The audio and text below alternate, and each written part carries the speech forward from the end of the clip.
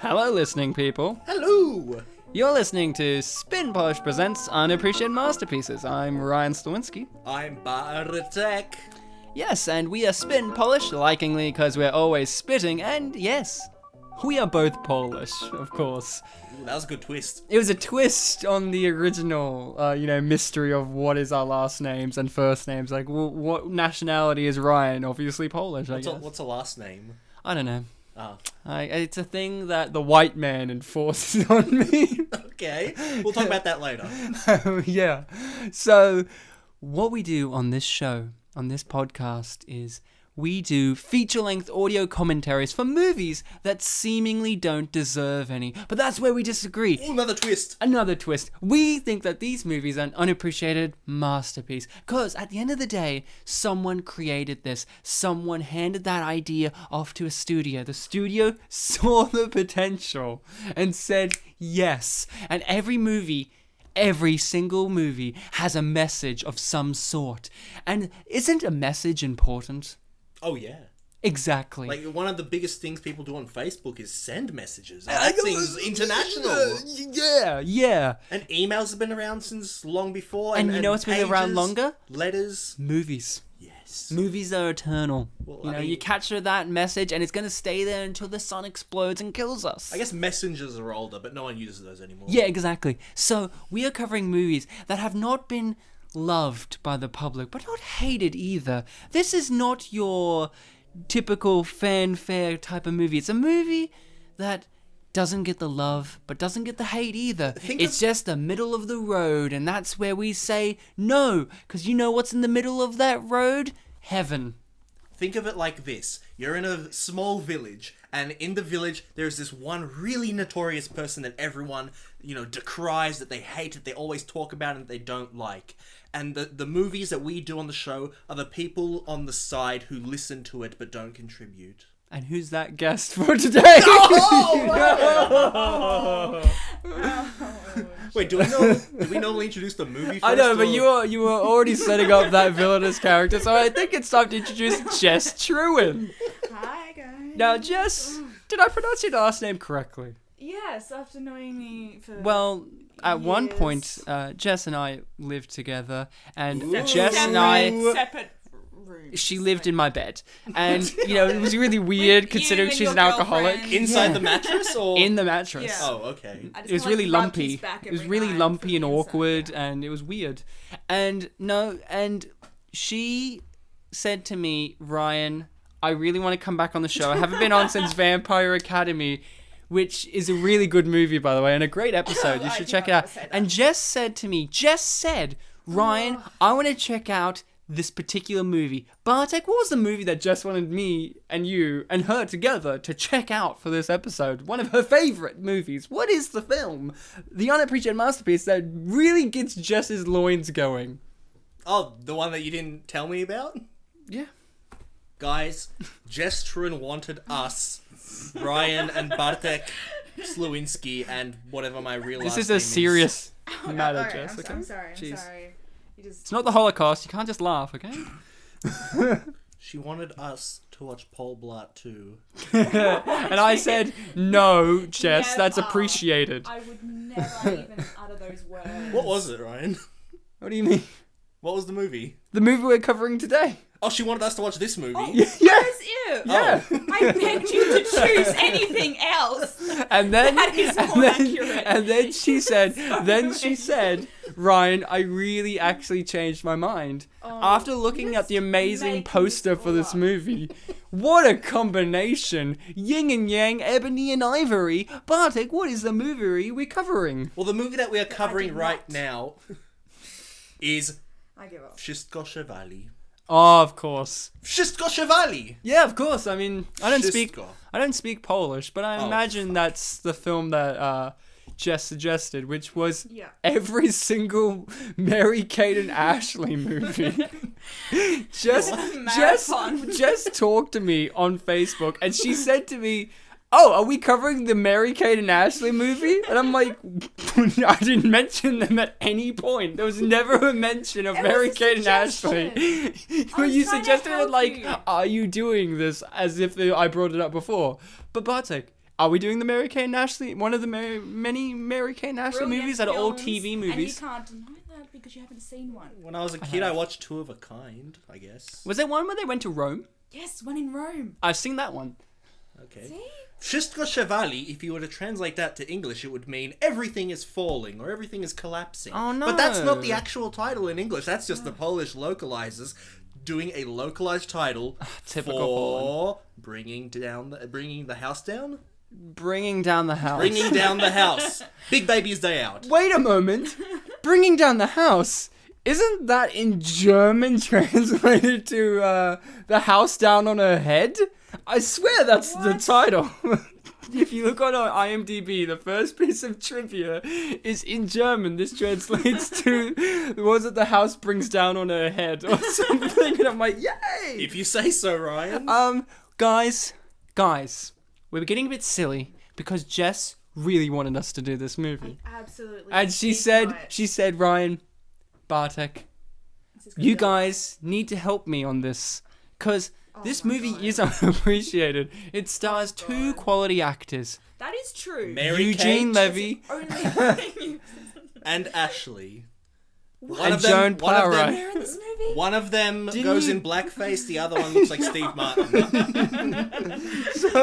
So we're going to be watching Bringing Down the House with everyone's favorite two actors, Leslie Nielsen and, of course, Queen Latifah. I mean, there's no one else who can beat Queen Latifah. I mean, no, sorry.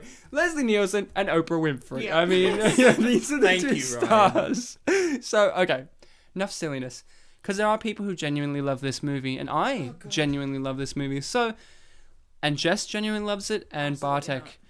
You know, we make some jokes. Jess is making jokes. Bartek. Jess is making jokes about how she doesn't love it, but really does. It's just playful banter to get you guys in the mood for some comedy, because that's what this is all about. plenty hard to get. We're playing a bit of fun with with this movie, because this is a comedy, and a comedy needs to be treated seriously. So we are going to be serious now. If you could get your copy ready, because we're going to start this film, and you're going to watch it with us. We're going to do I'm going to do a countdown. When I say play, you hit play, and you're going to watch it with your legally acquired copy. Because I want everyone involved in this movie to get the residual kickbacks. I want Steve Martin, but more importantly, I want Missi Pyle to look at her phone and see the check in her phone, because they do it electronically now, Jess. It's a modern day. Instagram. She has a great face. So get it ready, because we're going to start this in 3, 2, 1, play. So we're 2 seconds in, just so everyone's happy. And this is a Touchstone, so it's a Disney movie. Mm-hmm. They Just touched like my last stone week. because Touchstone is a Disney distributor. It's when Disney wants to release a film, but they don't want to call it a Disney Yeah, it's when Disney don't want to admit that they made a movie. Except for when they really want to admit that they made The Shaggy Dog. Another great film with... Yeah, and you know? and The Nightmare Before Christmas. Oh, well, yeah, definitely. So, this is a film called Bringing Down the House. And boy, did it bring down my house when I watched this film. I'm going to leap straight in. This is a film I grew up with. Oh. This is not one I saw in the cinema, but this is one of those movies that my mum and dad bought on DVD. I don't know. I've talked about this on the show before, but I want to bring it up again. DVD. Because this came out in 2003. That was still VHS. No, DVDs were just coming in. Okay. So what happened was, Jess, I'm glad to bring this up. So VHS is very important, yeah? Mm-hmm. My family did this a lot. I don't know if anyone else's did, but I've brought it up on the show. When DVDs came out, my parents bought DVDs simply on the, oh, I know that. Or, oh, I know that person. Like, that was their buying impulse, because it was a new technology. So it's like, oh, I know Steve Martin. Yeah. I'll buy Bringing Down the House. Has no idea what it's about. Oh, but it's got Eugene Levy in it. Oh, well, Steve Martin, Eugene Levy, they're comedic geniuses. And Quuen Latifah, I don't know who that is, but she seems fun.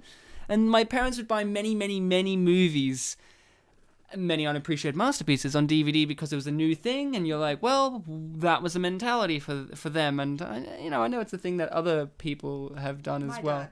My dad definitely does that as Yeah, well. yeah. So that's why I grew up with this movie. I've watched it a lot. It's a very sentimental piece for me. I'm a big Steve Martin fan.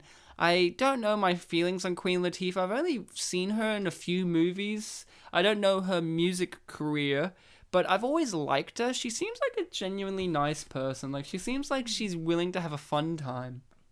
So that's kind of a bit of... Get a talk show. It is a talk show. Yeah, the Latifah show. And Living It Up in Queens, it's called. So, Bartek, what about you? What's your history with this? This is one that I'm not sure that I've heard of. And I did walk into it blind. When I say I walk into things blind, the only thing I do is I go to Wikipedia, type in the name, just in case there is another movie with the same name, like with Bride Wars. Yeah. It could have been the Chinese remake version, so I wanted to make sure. But no, this one does not have a remake of any sort, and obviously on the poster I saw Steve Martin, and I got very happy, and Queen Latifah, who I haven't really heard of in recent years very much. No, I don't know. But I remember hearing her name a bit more in the last decade. I think she's been doing voice acting. She's in the Ice Age movies. She was nominated for like a Golden Globe recently. What for? For Bessie. You know that? Oh, that does- was she that was Was it 2-3 funny? years ago. Oh, I'm That was sorry. when Ice Cameron Age 5 was more recent. Oh, well, there you go. That's fair enough. So you didn't really know this film, but you saw the talent involved and you were on board. Yeah, I'm not as big a Steve Martin fan as you, but every movie that I've seen him in, I've really enjoyed him in them. There's something about Steve Martin for me. And another... hate him. Oh, go ahead. Jess? About this movie? Yeah, what's your history with this? Alright, so I've got a little bit of confession. So you asked me to watch this film, like make sure I've seen it. Yeah. I was a little bit drunk last night. I decided to watch it. Was it better drunk? I may have turned it off and started watching Cheaper by the Dozen. Why? Which has also got him in it, so it kind of We're not counts. doing Cheaper by the Dozen. We're doing Bringing Down the House. I know. And might I add, But I know that drunk me we're for never them doing, might count and as we're never something. doing Cheaper by the Dozen on the show. Not because it's appreciated, but because it's an incoherent mess of a film. It's his most financially successful film that he's ever done. Whoop-dee-doo. So maybe it's an...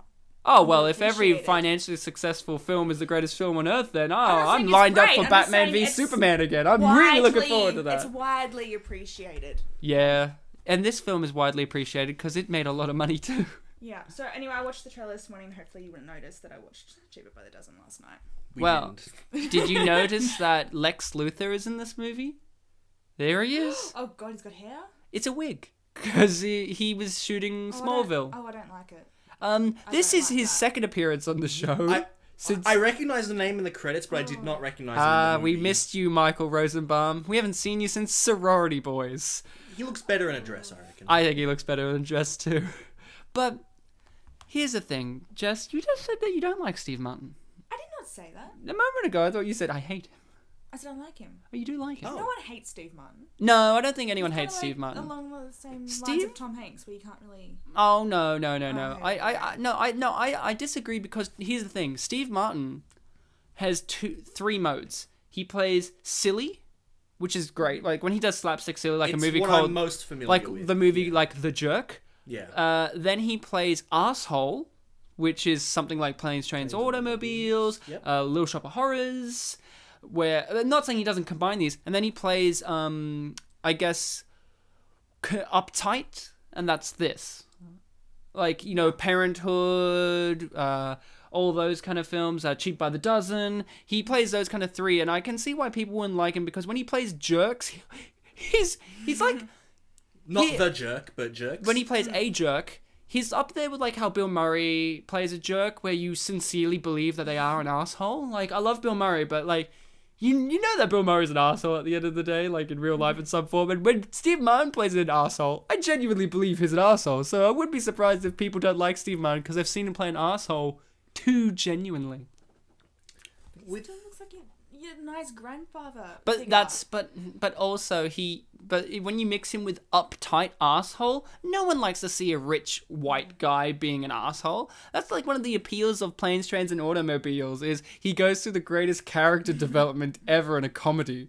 And John Candy is just fantastic the whole entire time. Like he doesn't really change in a good way, like because he was perfect to begin with. Say what you will about this film, but one thing that I really enjoyed is, as you just mentioned, the three modes of Steve Martin. I was probably most familiar with the silly ones, like The Jerk, the Pink Panther film, stuff like that. And definitely I saw those before I saw Planes, Trains and Automobiles. And when I saw that, I saw like a new side to Steve Martin. I'm like, wow, is this like the only film where he plays a more serious character? And obviously that was wrong, but Yeah, he's still played it a since then lot. I haven't really seen too much of him playing the non-silly kind of roles. So seeing him in this film doing that was a bit of a breath of fresh air for me, despite the fact that it was 2003. He probably had a lot under his belt. By Yeah, that point. he did at that point. But, Steve Martin's just one of those actors, one of those comedic greats where his career has been turbulent. Not every movie is bringing down the house. But he's always solid. Like, you know what I mean? Like, Steve Martin's always a solid performer. Like, he knows how to play the banjo really well. And he likes to incorporate that. He's a stand-up comedian. He's a spoken word artist. He's just comes across as a genuinely nice guy. Even in a film like this, in which, look at that face. I mean, he's such a prick. But, like, he's a nice guy at the end of the day.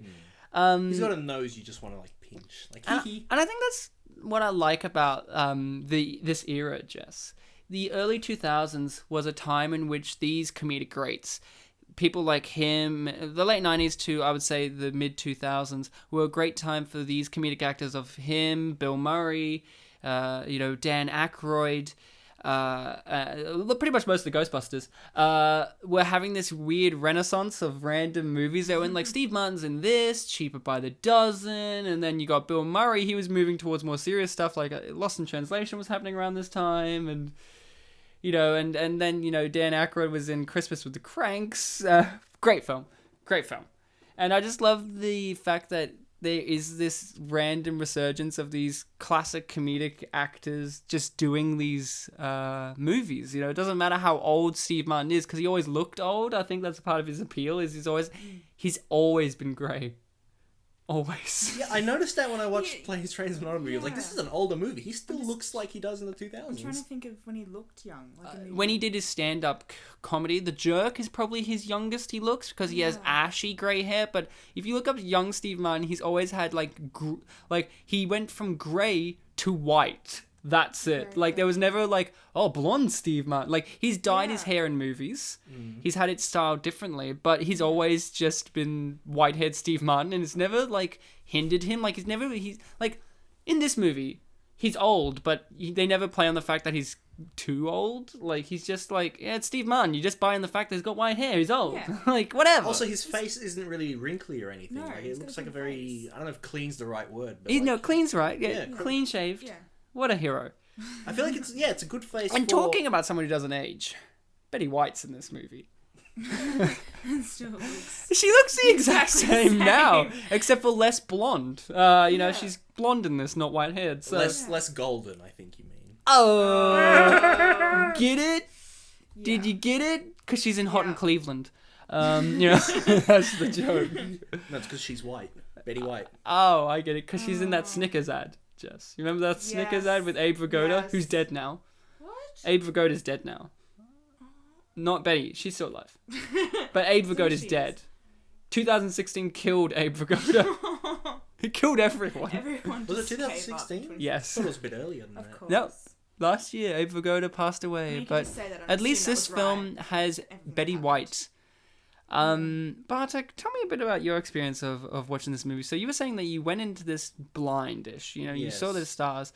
So what were you expecting? You saw the poster, at least. What were you expecting out of this?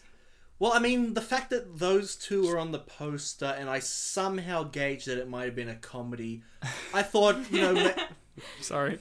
I'm thinking about the poster and I'm just like Bartek sitting at home going, could this be a comedy or could it be a psychological thriller? I don't know. It could be like The Boy Next Door, a bit of both. I'm pretty sure it was a light-hearted-ish poster. But yeah, I looked at that. I didn't gather who it's intended for or anything like that, but I just thought maybe a comedy, maybe it's going to be about these two working together on something, or maybe it'll be like a kind of romantic comedy-ish film.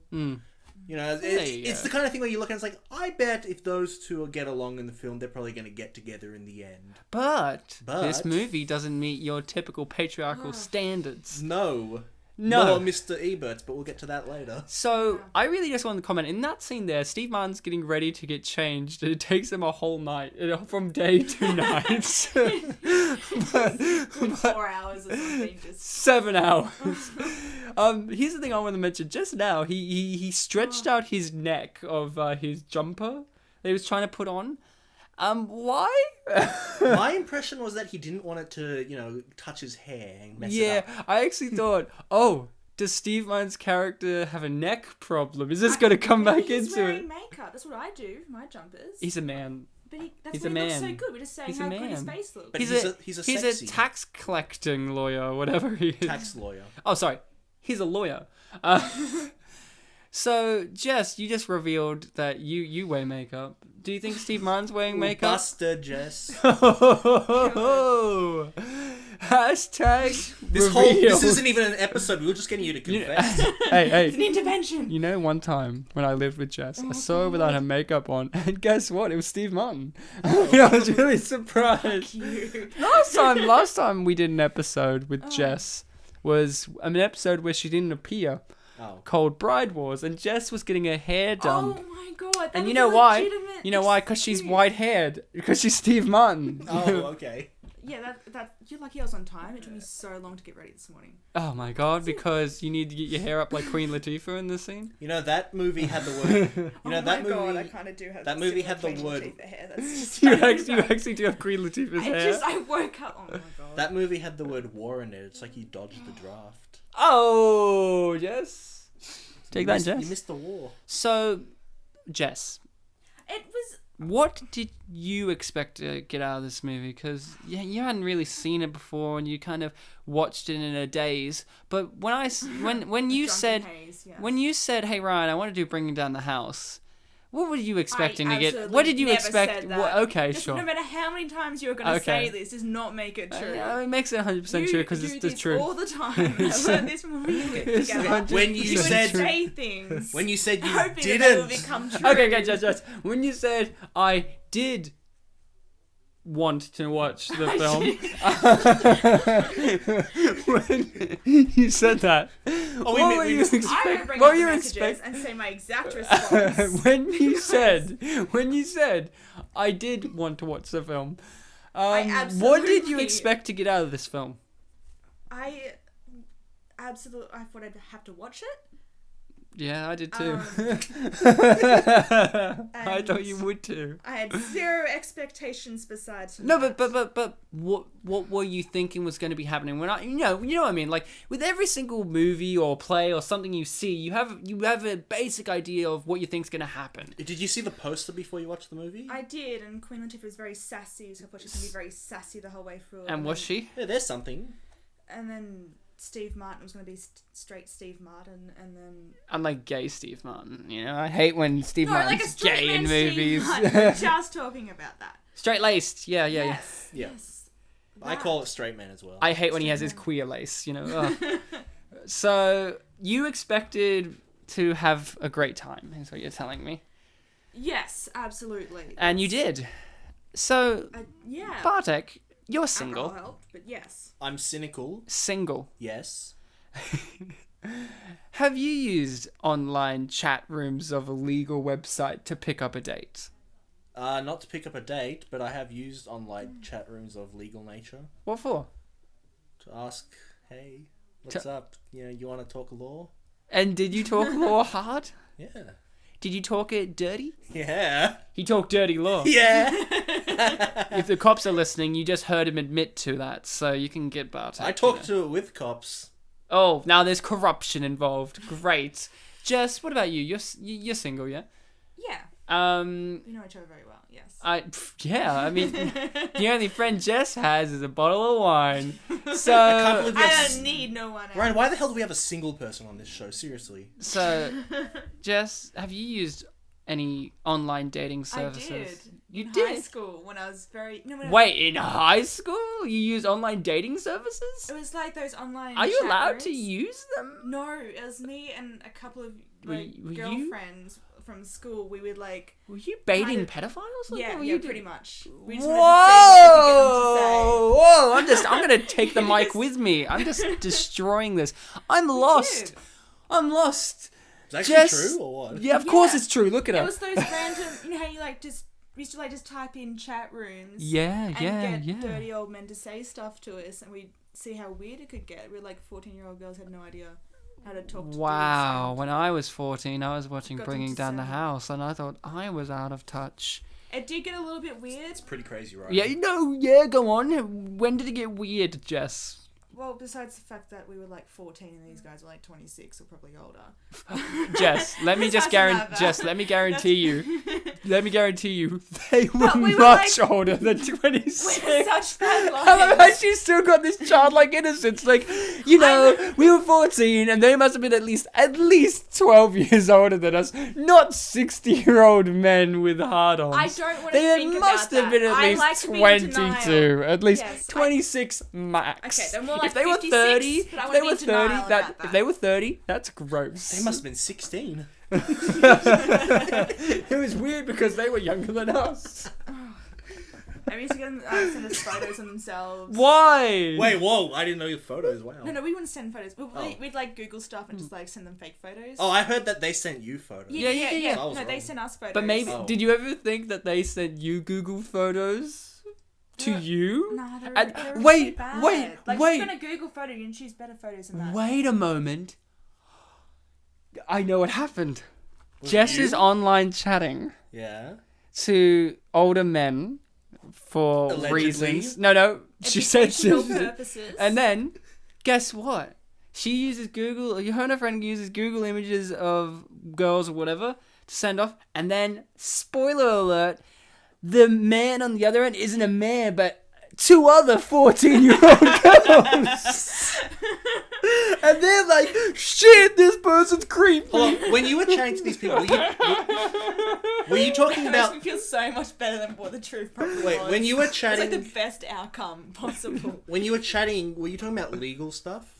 Yeah, were you talking about law? Like, you're 'Cause it- breaking it? Because if so, it might have been me.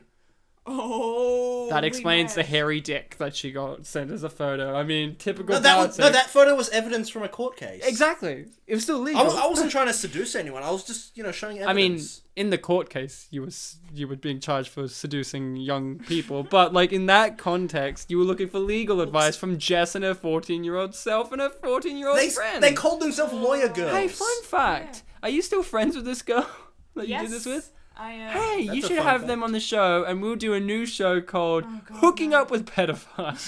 Oh no. Alleged pedophiles. Oh, sorry, hooking up with alleged predators, and it'll Just do star. that yourself. You don't need. No, we need you because you're an expert. You know how to do this. You've had what, like 8 years experience? Okay, I have not continually been doing this for the past 8 years. Okay. Okay, 9. Sorry. It was like a couple of weeks, months. I don't know. Years. You're just expecting it. Okay, I did it until I graduated. I did it until I got my degree. I did it until I got a job. We finally realized this is weird. We probably shouldn't be doing this. Oh, you realized? That doesn't sound like you, Jess. I think that it was your friend realized it was weird, and you were No, like, I realized "Sister, it. it's what Jesus would have wanted us to do." No, and then it was they my were Christian like, guilt that was coming through. That maybe. "Please, this you're not Catholic. You're not allowed to have Very- guilt." So, bringing down the house does not involve pedophilia.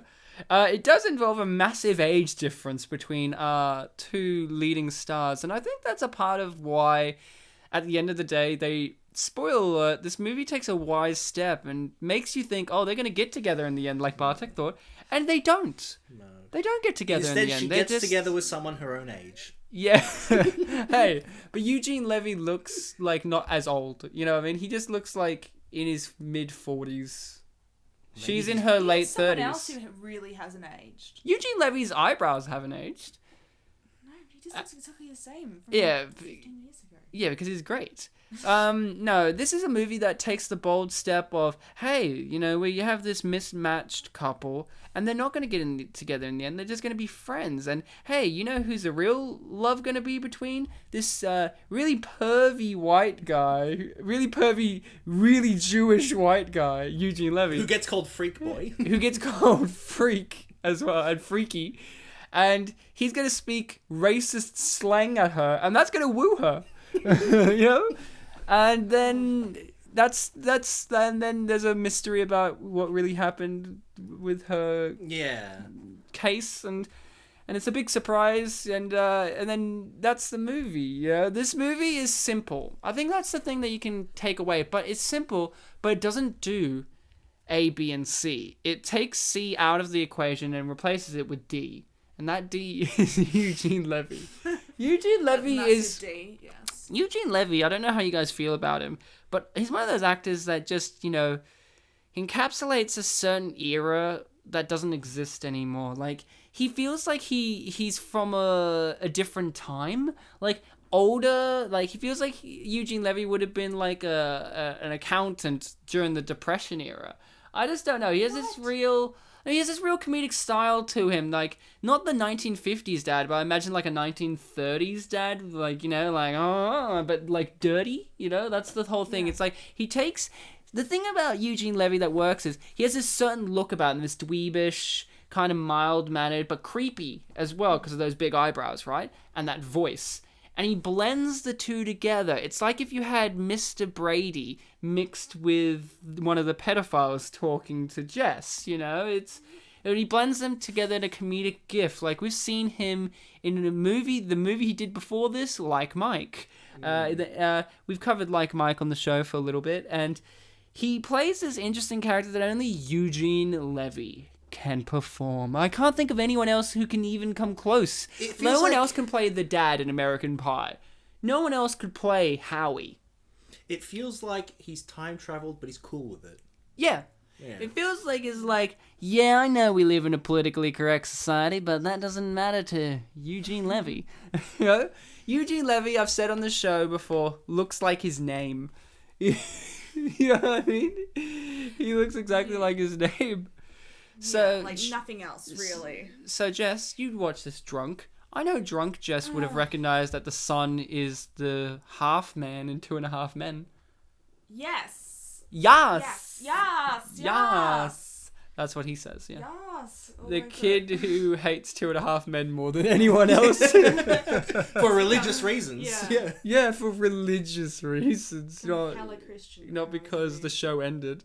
No, he hated it while it was still going. I would have too. Didn't he become like a guest appearance in the end? Didn't they all become guests in the end? I don't know. I think John Cryer really stuck around the whole time. Wouldn't it be great if at the end of 2.5 Men it became that 70s show? Because Kelso was in it, yeah? I'd like how Kelso. He was a guest in the last season. No, wasn't he like the permanent fixture he was the new for man. Charlie Sheen? Like he took over Charlie Sheen. Oh right, yes, that's right. And then wouldn't it be great if like everyone left at the end except for John Cryer left? He was replaced with Eric Foreman. Topher Grace. It's like you know there were characters that just left that 70s show, and then they came back later, and it was really weird. Wouldn't it be great if when they left to 2.5 Men universe? Like the timelines don't match up, but wouldn't it be great if it's just like literal Topher Grace and it's like and Kelso, they're in the 70s outfits and they're just like in modern day still for some reason. So I would watch that. So Bartek. Yeah. Okay, Jess. Oh. Why, Ryan? Why? Jess, do you have any jive talking black friends?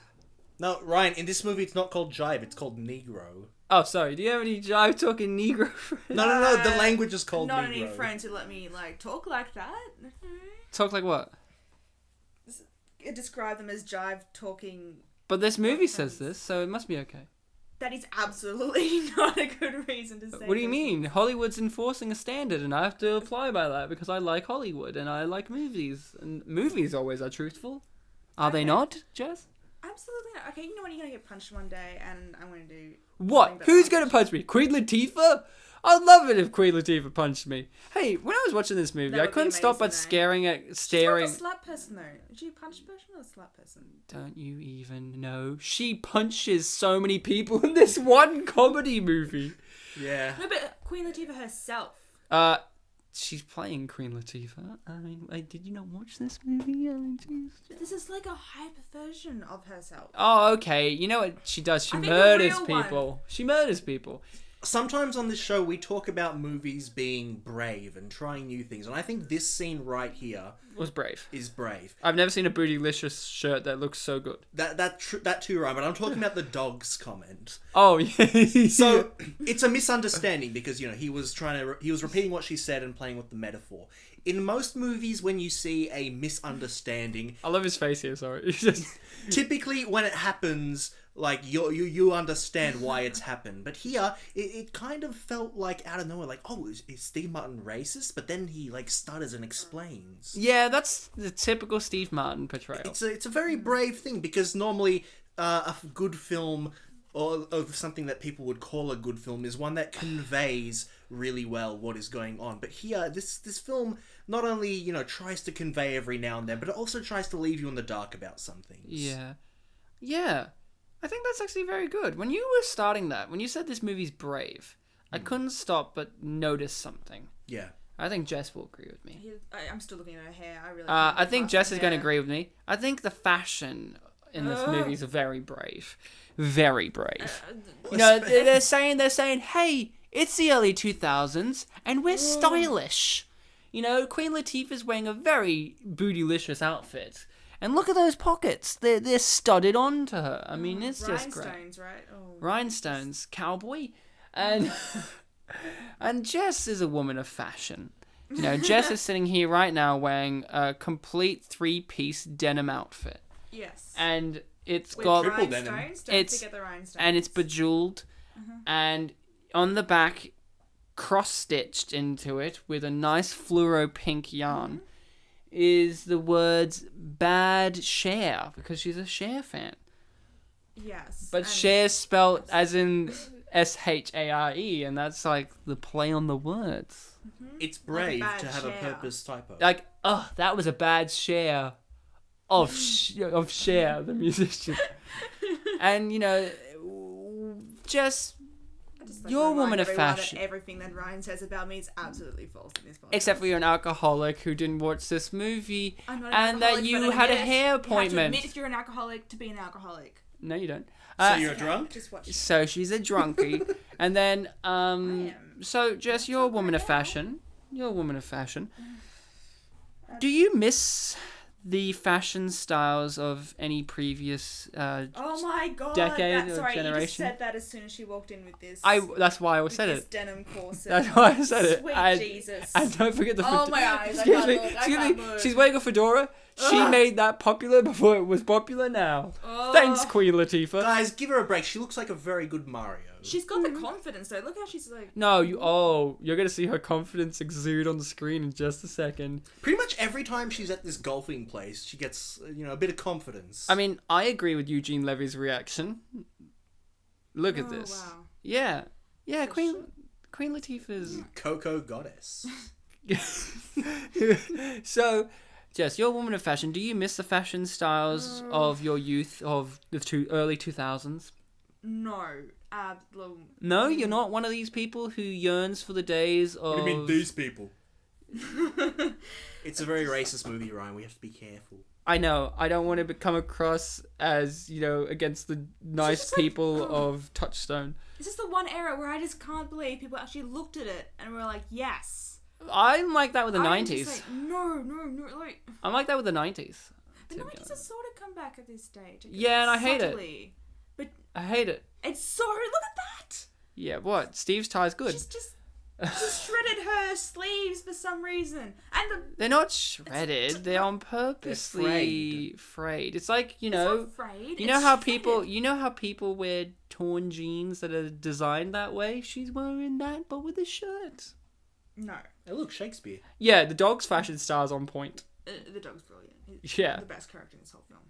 No, clearly you don't know who my favorite character is. Of course, it's gonna be Eugene Levy, isn't it? It's kind of hard so in not to love. say Eugene Levy, but it's not actually. It's a surprise It's a of fedora, isn't it? fuck yeah. It's your alcoholism, I'm afraid. Jess, You wouldn't let me drink for this. I wouldn't. Jess is like, "Can I please drink for this?" And I'm like, "No, you need to be sober to see Missi Pyle get the shit kicked out when I of it." watched it drunk, and now I just totally forgotten it. You should have wrote them down like a professional I alcoholic. wouldn't have been able to write. I can't write, Ryan. I grew up in a country town. I don't know how to spell. I have a degree in writing. Thank you. And how are you using that degree, Jess? I am actually using that degree now. To wipe my bottom. Now, You. Bartek. Bartek. Yes, Ryan? We were talking about characters just now. This movie has a plethora of characters. I'm not So gonna say many the next one. characters are involved. And what I like about this film, and I hope you agree with me, is every character feels important. Mm-hmm. You know, we've had movies with lots of characters and they're fun, like, say, Monkey Bone or Adventures of Rocky and Bullwinkle, but not all the characters contributed to the story, they contributed to the fun. This film, for me, every single character is an important cog in the machine. That is this film. Would you agree?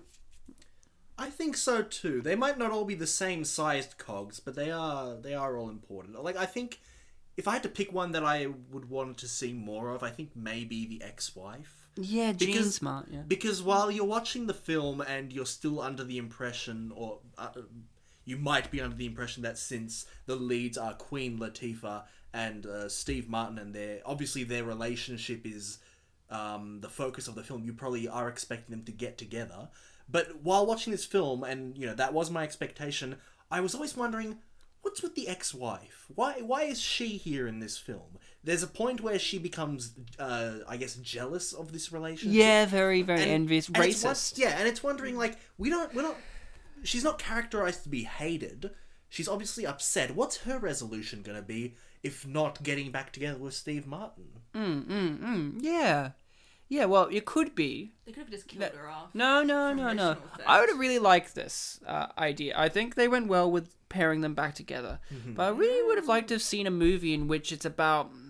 this is one of the appeals of this movie, for me, is the underlying racism of this society that he's a part of, this upper-class echelon of white people. He's a lawyer... His law for like the panic that they have about, like, right here covering up Quuen Latifah, it's very subtle. And what I liked about it was this: when he's at the club with Quuen Latifah, his ex-wife reacts not necessarily jealous. I took it as more like shocked in a racist way, because she even goes on to say some racist things, and you're like, whoa, I didn't expect that from his ex-wife, who seems like the most sane person in the movie, like the realest person, the nicest. And it just gives you this idea that, no, even the nicest people in this echelon, in this story, are racists in some way. And what I really would have liked to see was them play around. They did play around with the racial issues of Steve Martin being with her, with Missi Pyle and even his ex-wife, turning their noses up and all that. But I really would have liked to have seen the interplay of her with this much younger man. And, like, their relationships, Steve Martin's being in a relationship with Quuen Latifah, friendly or not, and her being in a relationship with this guy who's much younger, their relationships mirroring each other in terms of the discriminations that they would face. I think that would have been a really interesting turn.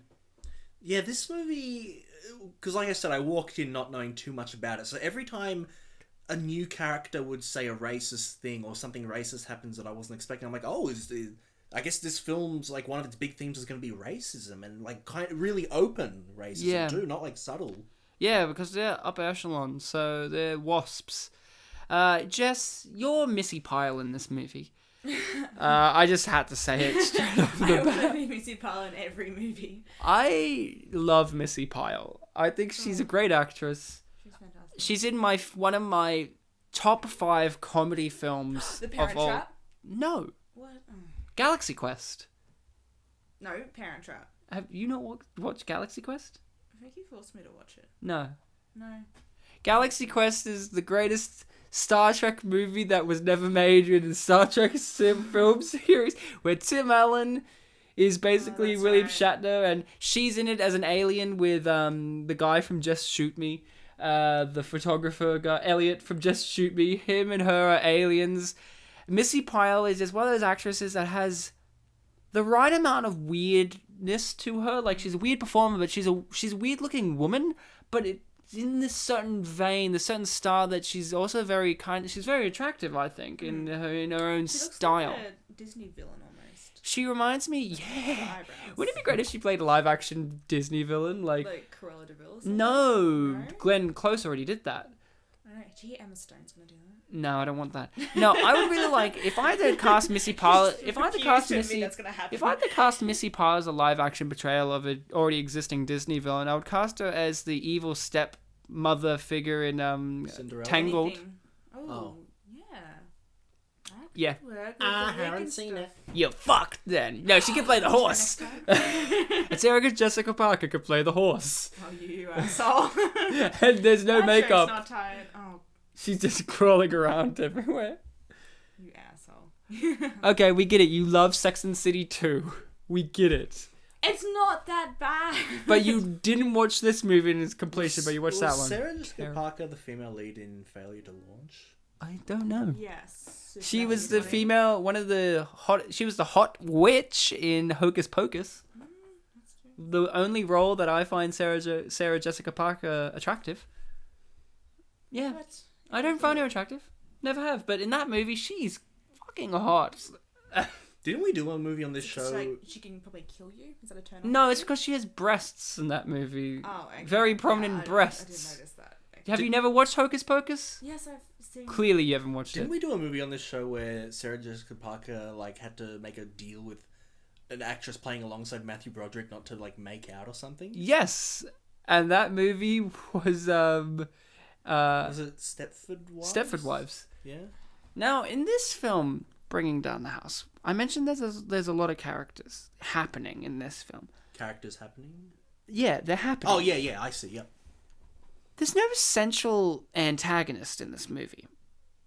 Not until, the very end. But But they're not really a central antagonist if they're only not in it. central's the wrong word, but Yeah. eventually there's a portion of the movie that has I find it antagonist. relieving that a movie like this, has no real antagonist. It's like everyone's just an asshole on a level. You know what I mean? Like, don't you get bogged down when you have a comedy movie, like a Will Ferrell movie or something, and they just shove in an antagonist? Like, for me, a great comedy relies on not the typical 3-act structure of a normal film where you have to have a protagonist and an antagonist. It's like in the film, in many Steve Martin movies, there are no real antagonists except for he himself is the problem. Like in Planes, Trains and Automobiles, he's the antagonist, but he's also our protagonist. Yeah. At the same time, and Asshole protagonist. yeah, exactly, and that's what I liked about this movie. It's throwing it back old school. I do miss this style of comedy.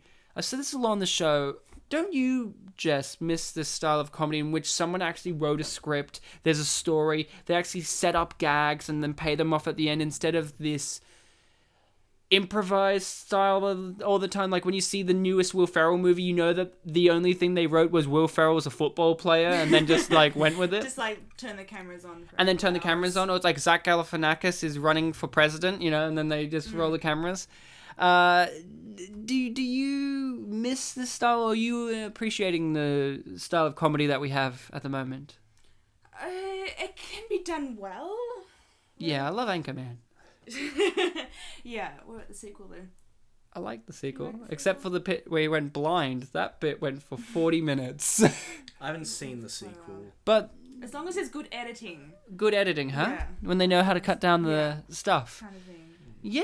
If the joke goes on for about half the movie and then You are right, Ryan, about the whole not having an antagonist thing, because it reminded me of when we watched 9 Lives, and there was an antagonist. He was great, though. And he was a great one, but the then... one with the cats. Yeah, where Kevin Spacey turns into a cat. Dear God. Yeah, the antagonist was the person who wanted to take over the company in the movie about cats. Yeah. But, Yeah, I could see this film like being rewritten to make Michael Rosenbaum or possibly someone else. I more of a was protagonist. gonna say her. When you see that wig, you're like, or Queen easy. Latifah. No, Queen Latifah. I thought, what's her name? The woman. Disney villain. that No, you're this talking woman right here. about? The heiress. The heiress, because she is kind of an antagonistic figure, because everything he does relies on her approval. Yeah, it's like an antagonist. And she's a racist. An antagonist, but also kind of like a goal. Yeah. She's a goal that's like being guarded by an antagonistic figure. It's kind of like, you know, in the Oedipus story, how he had to like get the riddles done before he could enter the city and all that. Yeah. Or She's like that other Greek play Ratatouille, where you had to get the food critic. He was like kind of an antagonist, but then you like win him over. Can I bring up something? When I watch this movie, the one thing I really do remember is this outfit that Missi Pyle is wearing. She looks good. She is really hot in this outfit. Like, when they say, oh, she does, what was it, the Taibo or whatever, the exercise stuff, I'm like, I fucking believe it. She looks fucking great. And, well, I remember, like, obviously the fight scene, but I just remembered, like, that's the thing. This movie, even the little things, I remember certain pieces of music, I remember certain lines, but, you know, it's a really good movie when you can just flash back to from a costume alone, and I think that's the joy of this. You know, Queen Latifah wears some amazing outfits, but none of them are as good as Missi Pyle's swimming outfit in this particular scene. She's not wearing much clothes. I don't know, man. Bootylicious was pretty close. Was that? Because she's not wearing much. No, I don't think it's that. I think it's the actual color and the style of it. And I like the It's very dark. You're about that. what you call it, the boobs coming out. Cleavage? no, the The jackety high thing. cut. Oh, like the kind of Blouse, what is it? The bathrobe? bathrobe? The robe. Yeah, the I like robe. the robe combination. Her boobs, Come on. they're not that impressive, but I think it's what I like about it is you already Yes, know her character from looking at it. Yeah. It's such a yeah. character And outfit. she's also typecast a lot in that. As what? It's just like, this is a dark. Jeez, and she did that in heels. Yeah, and now she did it in one heel because she took off one heel and got smacked in the face with it by Queen Latifah, and then she was fighting for a while in one heel. Jess, have you ever been in a physical fight? I tend to run away from fights. Yeah, but have you ever been in a physical fight? Like not in the streets like this. Like No, I'm just saying any. I've got sister.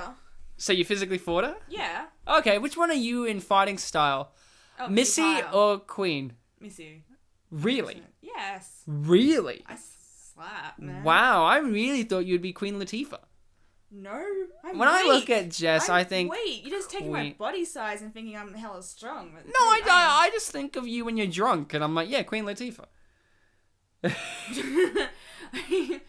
I like there was no reply to that. Yeah. I suppose the difference here would be that one of them is like kind of trained in fights, whereas the other one is more like streets and also been in prison. So Yeah, and Jess has been in prison for drinking. I have. I just got out. She just got out. She got a Last night. tattoo Yeah, on her I could do, chest. I'm It's my arm, actually. yeah. She Oh. mentioned the she I men- do. Just look at my chest. What? You know Queen How'd you Latifah know? has a tattoo on her chest. Yeah, and so do I. What is it? Roses. Roses. No, I'm just fucking you, I don't. She smells of roses, everyone. there was that line in the film that apparently she has a tattoo on her left breast or something. Yes, in the film. and you just see saw it it. throughout You just saw the. it. You see it throughout the whole entire film. I never paid attention. Well, clearly, Oh my God. that is why this film is not for everyone. How is she hanging Because up like that? she's hung her up like she's given. The idea is her swimming outfit's done like a wedgie style, so she's put the hook through the I guess where the pants leg would start or whatever where it ends. She's just like hooked it underneath the outfit. Like I don't know why this is a struggle for you, Jess. I still don't think that's. You're not wearing her outfit, so It you're wearing wouldn't it. go up that far. It would, because It would. it's a spandexy kind of thing. That's very fake. Just saying. Jess, stop being the If I was Trump in the fight- in this group for giving us fake news. It's alternative facts. So So This movie- I just wanted to say that like when Missy had that line of how she does whatever that Tybo. Taibo however many times a week, I thought that Queen Latifah would have said something along the lines of, Bitch! well, I was in prison 24/7, but then she went hood instead. I really, yeah, no, wouldn't it have been great if she's like, bitch, I do Tybo 5 days a week, and then she goes, oh, okay, and then just leaves. Like, there is no fight. I can't compete with that. Well, Yeah, look I'm at, out. Queen Latifah just points to herself and goes, I mean, look at me. I can't compete with that, and just leaves. Now, there's something about Queen Latifah that I think she's got a hidden charm about her. I think, for me, she's got such an expressive face. She's got like this big Cheshire cat grin going on that just endears you to Queen Latifah. I hear a lot of the complaints that this film has is that she's an annoying character.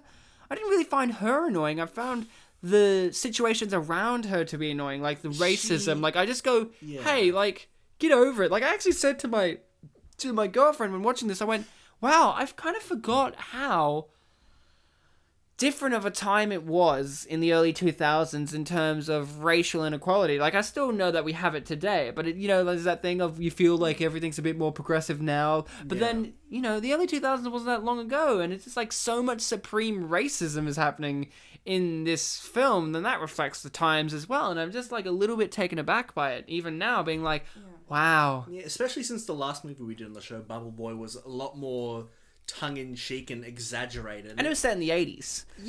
Was it? I don't know, it had Reagan involved. It was set in the 80s at one point, yeah. But in that one, whenever something vaguely racist happened, you kind of like forget because like, oh yeah, it's being silly. But this is making a point. But this one is more making a point. It has, like we said at the beginning of this episode, films always have a message. Yeah, it's always weird, I think it's very bold for a comedy to take the stance of racial inequalities in the modern day as well, because a lot of the movies that I see that take up the whole the problem with racism stance are usually period piece movies set in like the South in the 60s. Like the film, was it Loving? Yeah, with, like before Martin True Luther story. King's Like, speech. intentionally doing that, or they're just playing on that for jokes though? No, I think this is an intentional... film? In this Yeah, film? in this film. I think it's an intentional thing. I think, when you say... Jess, if you pitched me a movie that's this... A girl from the hood, just out of prison, played by Queen Latifah, goes to Steve Martin's house... You can't make that movie without having the racial stuff in there at all. Or else it would be like, well, okay, like, these two are from a completely different sphere. I mean, you could play on the classism, but the classism of ghetto African Americans and upper class white people still brings the racial tones in there no matter what you do. Unless he was played by a rich black guy instead of, like, Steve Martin. Could you imagine this movie where it's like... Queen Latifah goes to Ice Cube's house. Percy Jones's house. I think if they were trying to do that, wouldn't they have ended up together in the end? No. Because he doesn't love her. This is like the perfect setup, though. That's what I like about this, because the real setup is his friend Eugene Levy. See? Tattoo on the breast, in case you want to know about it. I see it, yes. Eugene Levy's the one who genuinely loves her. He genuinely lusts after her. He genuinely looks out for her. Steve Martin, I think it's just great that they're colleagues, because I think that's kind of how they met in this movie. As he was thinking that they were going to be more than that, but it was more that they got on with each other on a professional level than a personal level. I just don't care about his wife at this stage. And that's fine, but that's why she's not into play as much. But at the same time, you got to cheer for her and Eugene Levy at the end when they're together and she's cornrowed his hair and he's like, hey boo, and she's like, you are some kind of freak. You're like, this is the weirdest pairing, but I approve of it. It plays these racial issues seriously, but also makes jokes out of them in a way. I don't think they're doing it quite so seriously as you think they're doing. But look, Jess, there are points in this movie, I think, where Queen Latifah's yes. reactions... Did I say something No, wrong? sorry. I said, did you not watch the film? And the answer is yes. Oh, God. If you were... Well, Yeah, the point I was trying to make is there are points where someone says something racist to Queen Latifah in this film, and she's like genuinely offended. Yeah. And there's also a scene later on that I really like. It's when they're in Steve Martin's office and he gives her shit about how, I've talked to you on the online chat room. You can talk like I don't remember what term he used, but basically like white people, like, Yeah, and then she does her white woman voice. Yeah, and then I think we're past that scene, yeah. Oh, maybe. Yeah, actually, you're right. But yeah, she speaks like, quote unquote, like them, and she says like, yeah, I can do this, but I don't have to because this is me. This is who I am. This film's really playing with the idea of individual. Who's the individual? Like, yeah, it may not be suitable for Steve Martin to have this, very loud black woman in his house. But at the same time, she's staying true to who she is. The problem is Steve Martin is not staying true to who he is. That's why he's lost his family, his wife. He's consumed in work, and he's lost his identity. Oh yeah, and there are times where he bribes people to like pretend that he's told them off. Yeah. He's a spineless individual, and that's why it's an uplifting movie, Jess, in which at the end of it, Steve Martin gets his groove. And he should have stayed with the woman who helped him find that groove. No, because that's not what she wanted. Something interesting that happened, and this is going to be me relating it back to a film we did almost a year ago. Typically when I watch movies for this show, I like to go to TV Tropes and read about stuff there, and it has its own trivia page, its own page about like people's opinions and stuff. And one of the tropes that it hit upon in regards to Queen Latifah it's called Magic Negro. Stephen King invented that kind of thing. Yeah, it's like the character who... I'm not joking. He really did. It's the character who appears in... and not the main character. They appear in a film and they kind of help fix the problems that the main character is and having. they usually have some kind of mystic wisdom of some sort, and or the film black. You know what we're talking about, Jess? No. Stephen King really did pioneer this as a thing. I had no idea it was him who started it, but no, he I didn't know at that least either. he may not have started, but he really cemented it into the forefront. Think of The Shining. Yeah, but the film... Think of The Shining. Yeah. Whoa, you got The Shining. Yeah. I think also in $1 Million Baby, Morgan Freeman played that role. Yeah, Morgan Freeman plays it in every movie. Yeah. Bruce Almighty, he literally plays it. But this is what I want to tie it to. Last year in May 2016, we did a film called The Wedding Date. Classic. And in that movie, I said that the male lead, I thought that he was meant to be a magic gigolo type character who came in to fix the main character's problems. But in that film, he got together with her in the end, whereas in this film, it's the opposite. Yeah. I don't know, Jess. I think you've got valid reasons to want them to get together, but don't you at least appreciate on some level that they do subvert that typical Hollywood standard? No, but having like this black woman with this older white dude, that's subverting it rather than going back to his boring blonde wife. That's subverting societal expectations. But at the same time, true. is it really Gorgeous, is it curvy really woman. a big surprise that this uptight white guy gets it on with like this free-flowing black woman? I mean, it's not really a surprise. When do you ever see couples like this in a romantic comedy? Pretty much every Queen Latifah movie. No. Ice Age 2. Ice Age 2. Oh Ray my Romano. God, not a cartoon. Ray Romano. Not a cartoon.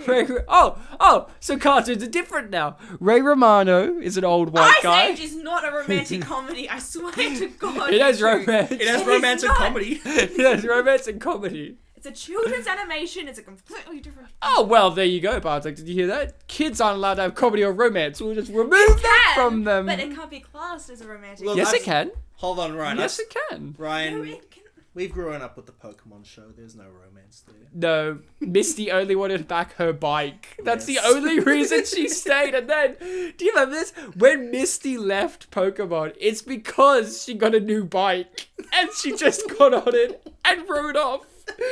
She's like, finally gets on her bike and literally gets on her bike How long? for 10 years. Like at that point, Brock had already come and go a few times, but Misty was what's the still point? there.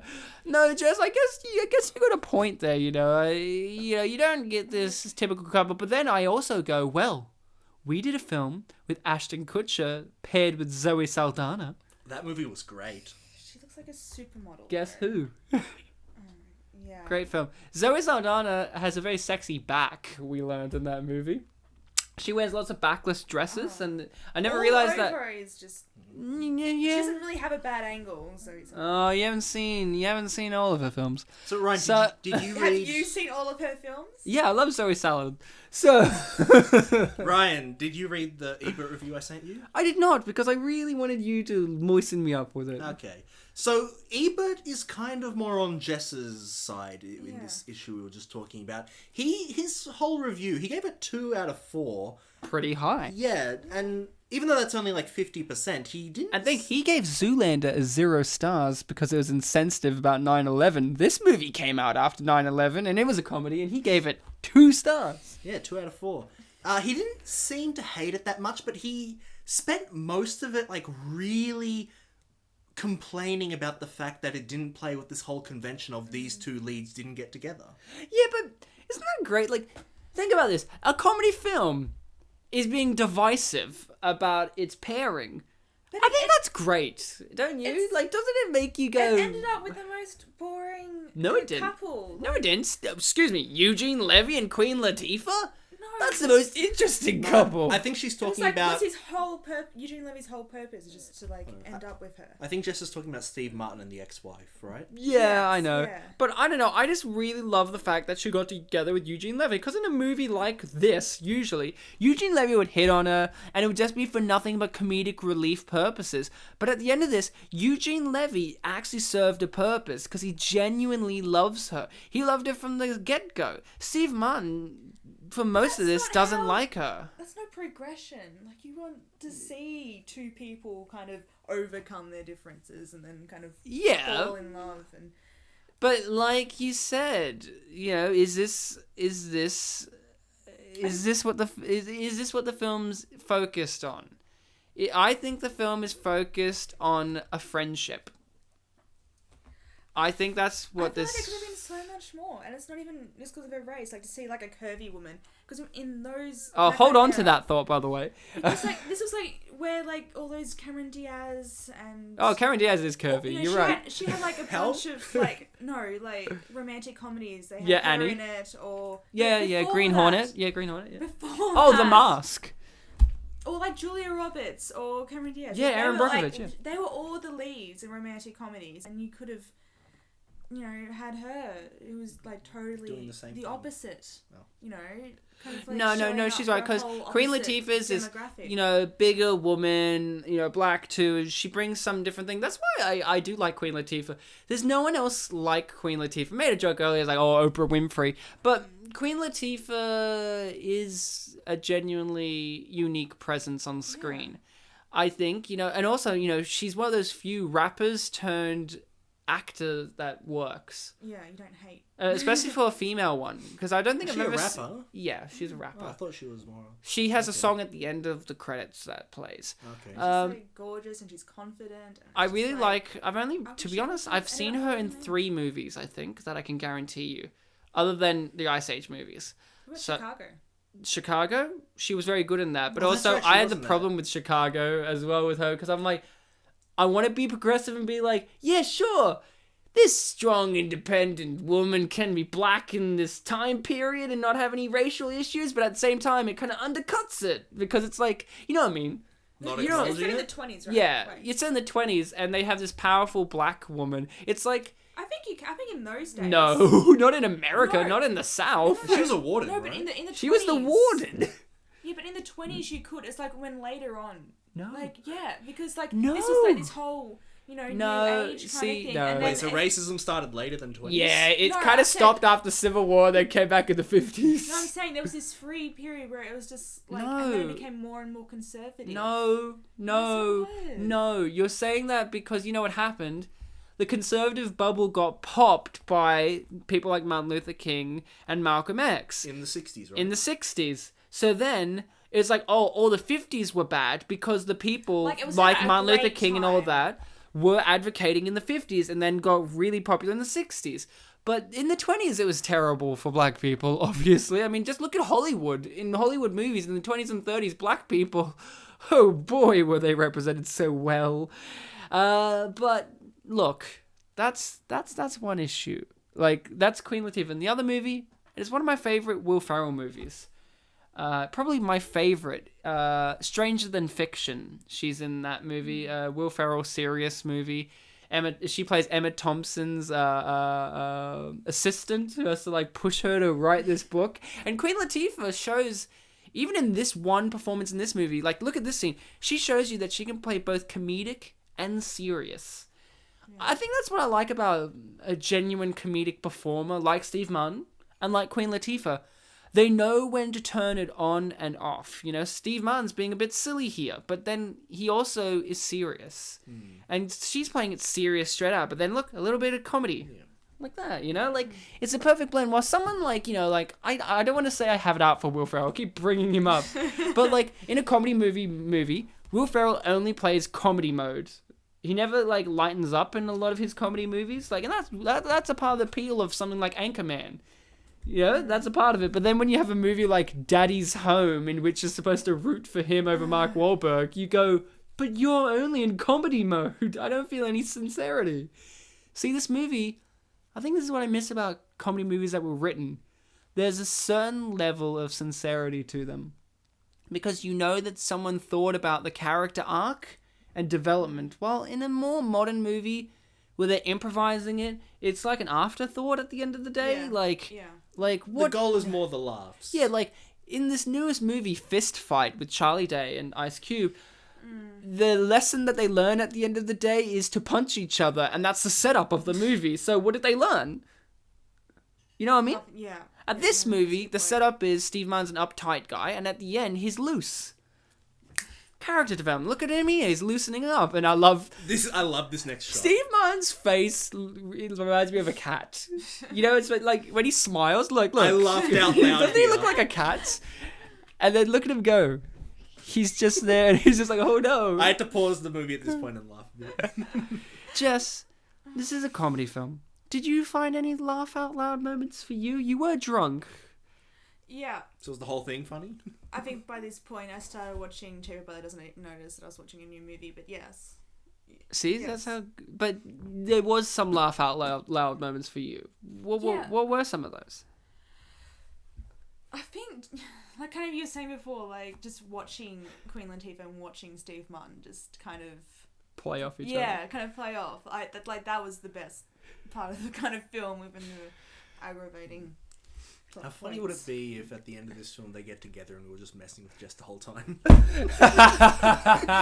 It's not true, but it would be funny, right? You destroyed my table. Like, I'm sorry. A hand would just go through it. Hey, can I bring this up? See these pills here? Like, See these pills here? He's taking pills. What were they for? Oh, who cares? He's American. They all take pills. Mate. Racist? Totally generalized. I don't know. Maybe it's implying he has some heart condition or something. I actually thought, oh, what a weird ending to the film. He just takes pills. He kills himself. It was all a dream. There was a bit at the start. Queen Latifah wasn't real. Yeah, no. Magic. It's Donnie Darko. He's in like a time loop. Now, here's something. Club. Can we please watch this scene here? Okay. And I really want you to emphasize your gaze to her hands. Okay? Mm-hmm. We'll chat, but... Are you a hand man? No. While we chat, just pay attention to her hand acting in this scene. Because I really want to notice if you... I don't like her, though. Sorry that you don't like Jean Smart. No. So, I really want you to, like, I know they're not showing her hands, but just, like, you know, keep an idea of, her hands are on the bin in this scene, yeah? Keep your eyes out for them, right? Yeah. Pay attention to it, because I really want you to answer... No, I really want you to answer a question for me at the end of this scene. But... See, there's a scene like this, Jess, in which it's building their relationship. Like, he still loves her and she still loves him on a level, but they can't be... like, at the end, like, well, you can never... They do get together. Fully over relationships, like, you'll have something special. Yeah, and they do that at the end. But you don't actually have to get back together with them. They just kiss at the end. So, see, she's stroking the bin. Good job. So, Jean Smart's not for Jess, but Jean Smart's for Ryan, because I think it's great that she... plays this character not as the bitching ex-wife character. Like, she could have been this really nagging, annoying, stereotypical character, but she's kind of a sweet person. That's why I, like, related her to the most normal person in the film.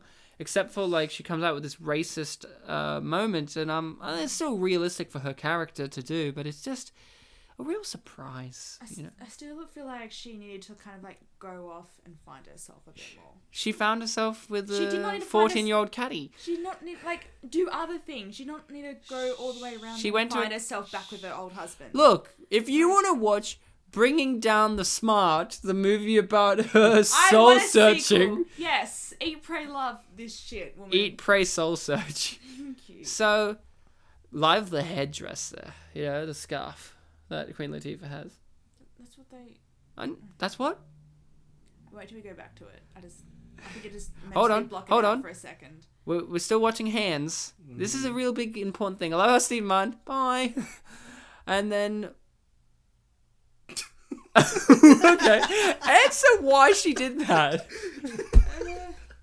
Because she was taking out the bin, yeah? And my answer was, well, she was touching the bin, so she went, but she was already touching the bin, and it's not like she put her hands in the bin. She was touching the bin lid, which, if anything, is the cleanest part of the bin.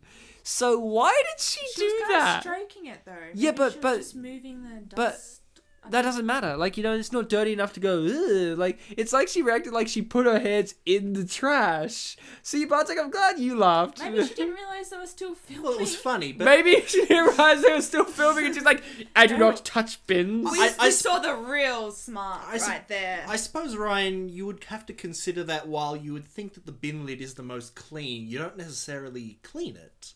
No, but it's not the dirty part. True, but it's I not think like you clean it. Yeah. What if like animals hang But out on you know what I top mean, of it? like when you take but she was already holding onto the bins. She went there knowing that she was going to do the bin duty. So why did she react like, "Oh my god, what did I do?" Like you know what you're I doing. think she broke character. Well, I think it's just her terrible acting. I think Wow. I do not think We that. found I out who think she is. She's a terrible person. She deserves to die. we Wow. do know who she is, and She's not the one baiting pedophiles on the internet, yes. I was 14. And getting drunk. And technically they're not pedophiles. I didn't know they were pedophiles. What was that? Technically they're not pedophiles because I didn't know they were pedophiles because I didn't know we were 14. Oh, well, there you go. So, Look, I think that we did know her character.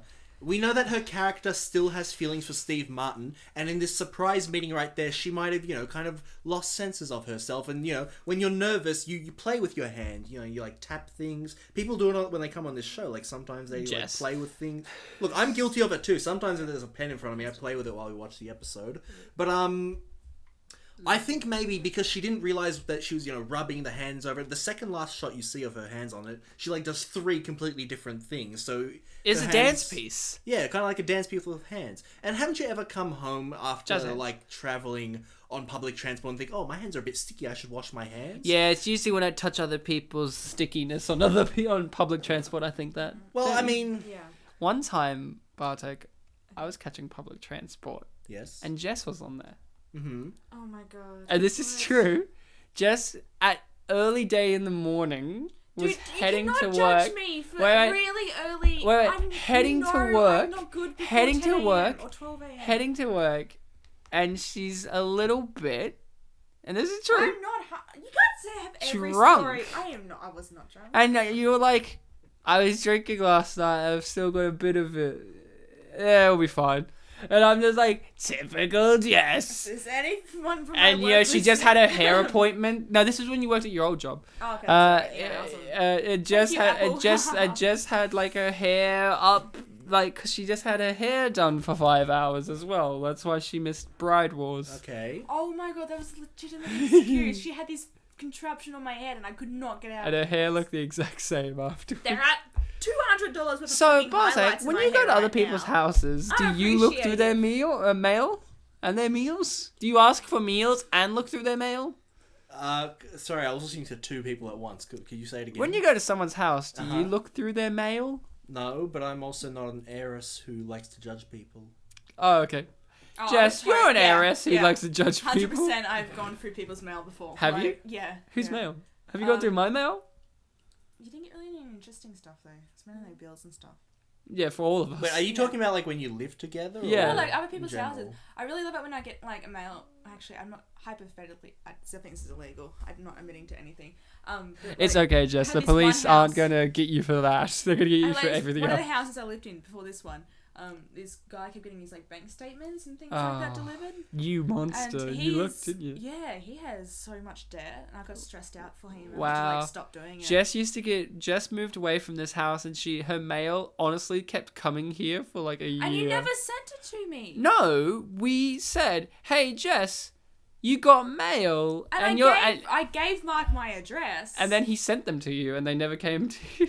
And then here's the best part: like Jess's mail, and we're like, "Could you do something about that?" Yeah, a whole year of getting Jess's mail, and was it's like, like and then Jess 3 comes on the. letters. No, it was like 9 letters. I never received one of them from No. you guys. Fun fact, Jess the came only on. one I got Jess, when I come here. yeah, exactly. I asked Jess to come on the podcast so we could give her mail. That's the only reason why. Why am I here today? Well, guess what, Jess? Alright, well, I'm going. We got Thanks, your guys. Viagra packages for your dick. Eddie, you're just jealous because it's bigger than yours, like really. I'm sorry. Jess has much more masculine features than I do. A big dick, big hairy arms. Oh fuck off! They're actually hairy. They are so much hairier than mine. The usual. But you know who's a hairy Tiny person? hands. You know who's a hairy person? Steve Martin. He's not hairy. He is. He's got, look at it. Look Wait, at no. It's Have you gold. never seen Steve Martin without a shirt on? No. No, seriously. He's a really hairy guy. Like, and also, Steve Martin's known for his forearms being incredibly hairy. Like, that's actually a thing. Like, Steve Martin's a hairy guy. Like, but he never has a beard. He's usually clean shaven. But it's like, he's incredibly hairy. I think I've seen him with a beard before. Yeah, probably. Yeah. When, you're alone late at night, drinking, looking up Steve Martin with hair. Steve Martin, beard. Wasn't there a point in The Jerk where he was homeless? Yeah, Could that have been a time where he had a bit of facial hair? He just May- grew it overnight or something. maybe. He had a mustache in the Pink Panther. He Oh, did. God, that He- must have been fake though, right? No. He really grew that. And just cut it to look like the Inspector Clouseau. So, Bartek, Steve Martin. Yep. Do you have a favourite Steve Martin performance, movie, role, moment? Well, in terms of role, like I said, I've seen him in a few things, but the Planes, Trains and Automobiles one really stuck out to me Yeah. because it wasn't one of the silly ones. Neil Page. Yeah. And I reckon it's probably the one I remember him most in. Like, I haven't seen Cheaper by the Dozen in a very long time. Well, in the sequel, it has Eugene Levy in it Yes. as his neighbour. Do you know what else has Eugene Levy? New York Minute with Mary Kay and Ashley. I don't want to do that. So, Hey! it's a TV movie. If you're a true Eugene Levy So- fan, you would have watched that movie. I have. He's the greatest. We stick by the no TV movie rule So- of the show, though. It's not a You TV Steve movie. Martin, Planes, It's not Trains. in cinemas. I gotta say, Well, she said it's in cinemas, Ryan. they Yes. show TV movies. New York Minute was a cinema movie. I went and saw it in the cinema. Oh, well, you could do a People. podcast about it. So, my favourite Steve Martin, Planes, Trains is my favourite movie, but, I have a real soft spot in my heart. I grew up with Little Shop of Horrors, and he was the dentist in that movie. He had black hair in it, and he was great. That's one that I want He to is see. I one haven't of the seen it. best. He has one of the best songs in the movie I as think I've well heard about the how much he song. likes to inflict pain onto people because he's a dentist. And he has what he does in this movie on the occasion. He uses his goofy Steve Martin voice, like he uses his southern voice. Like in this movie, he does it every He's now from and Texas. then. Yeah, in this, he uses it every now and then. Like, just as an off-comment joke. And I'm just like, look at him here. This is the Steve Martin. Physical comedy Steve, Yeah. you call him. Look at him go. Oh yeah, Jess. The subtitles aren't telling us about the noises, but they're making a lot of shitting noises at this point. Yeah. Right. So, Jess, just for you to know, he's shitting his pants. Yeah. Oh, okay. Did you think he just got up and got possessed? That's and why I was "Oh, so no." quiet. I was like, what the fuck is he doing? I just realised that we should have probably explained that since you. So Steve Martin I was shit definitely himself punch on that drunk by set this that point. day, and he was like, "Put it in the story." Okay, well That's a true artist, right? Hold on, did we also miss the Negro song thing? Yes, Yeah. we did miss the incredibly great song that the guy used to sing on the plantations. Yeah, the tobacco plantation. Coming back from the tobacco fields. Oof. So, yeah, woof, is what the dog's saying. You're right. We should edit this movie to make her sing like NWA or something. Ice Cube coming straight from the underground or whatever. Yeah. Fuck the police. So this news report was the only reason I realized she had a tattoo on her breast. I never actually paid attention to it. Yeah, well, that's why this movie failed, is because it did the really subtle, it already mentioned her tattoo on the breast earlier in the film. Yeah. Is too subtle for people, like for Jess, Which people was like brave, Jess. which I said The was romance, the romance was too forward thinking.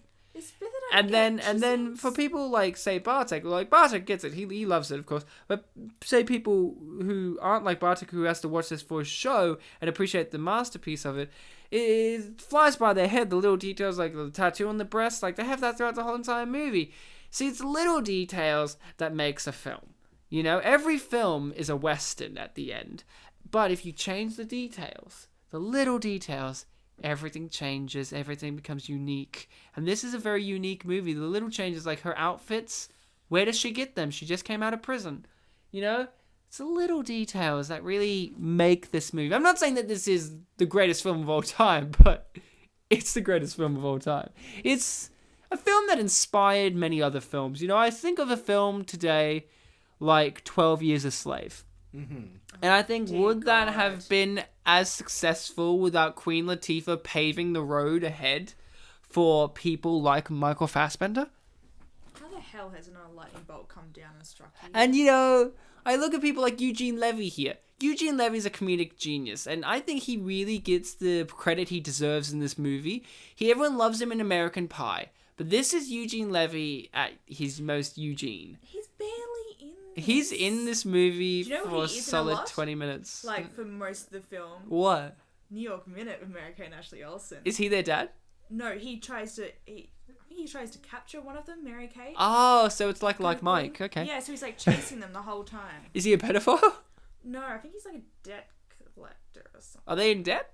No, maybe she's a teacher. Nah, look at He's this. trying to get her. Bartek, tell me how afraid you were. She escapes detention or something like that, so he goes to New York to chase her down. Oh, so she's a criminal. Okay, cool. No, And he's she's underage. Great. Cool. Yeah. I think he's a teacher. Bartek, I don't really pay attention were to the you details. afraid during this scene for Steve? It definitely is a jump in terms of the intensity of the film. Yeah. Because nothing really has been life-threatening Until Widow comes in. and this is the antagonist we were kind of alluding to earlier, who at this point in the film he takes that role that was until then sort of not really being filled. Wouldn't it be great if he was actually in the wrong car? Like he was meant to be there for Michael Rosenbaum? I said earlier to myself, I wrote this down, I really want to bring this up before I forget. I know it's late in the game. But earlier in the movie, you know at the start, Michael Rosenbaum and Steve Martin having a pissing contest about who should take the case? You know what I'm talking about? Like earlier, Steve Martin's like, I'm older, so you'll respect me. Wouldn't it be great if the scene... He like wanted to seduce the old lady. Yeah, and the other guy like went to seduce the old lady. Wouldn't it be great if the scene ended with the boss being like, well, that's all good, boys, but we're giving it to Eugene, and just throws it to Howie, like, because there was a whole board of lawyers, and no one else was wanting this case. It's like, why is it... We need someone who's impartial. Why is Eugene there? Like, why is Eugene Levy there? Wouldn't it be great? And Eugene Levy's acting like, yeah, I want the case.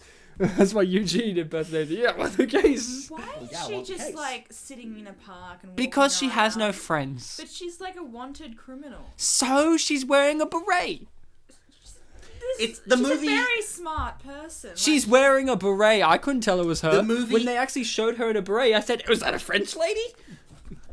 This is a very smart movie, and it's acknowledging the fact that America is so racist they can't tell one black person from another. That's actually what they're saying, and they can't tell any Steve Martin from a Leslie Nielsen. Are Yes. they saying that, or are they just doing that and you think that this? No, they're doing it and saying it. It's a film. It's the kind of thing. Film's where, a visual medium. It's the kind of thing where. It's the kind of thing where actions. Enlighten me on that. It's the kind of thing where actions are louder than words. I was at a party recently, and they were playing a game, and they're like, which would you rather watch live in a world where movies don't have sound, or live in a world where movies are nothing but sound and no images. Like, so you'd either be watching a movie and it has no sound, or you're just listening to the movie. Like a silent movie or like it's still radio. Like but it's like, see this movie, it's still happening, but there's just no sound. Yeah. Like everything's the same except for no sound, or a universe where you have no image of, like, there's no film image, it's just like the audio. So you'll have like even the moments in between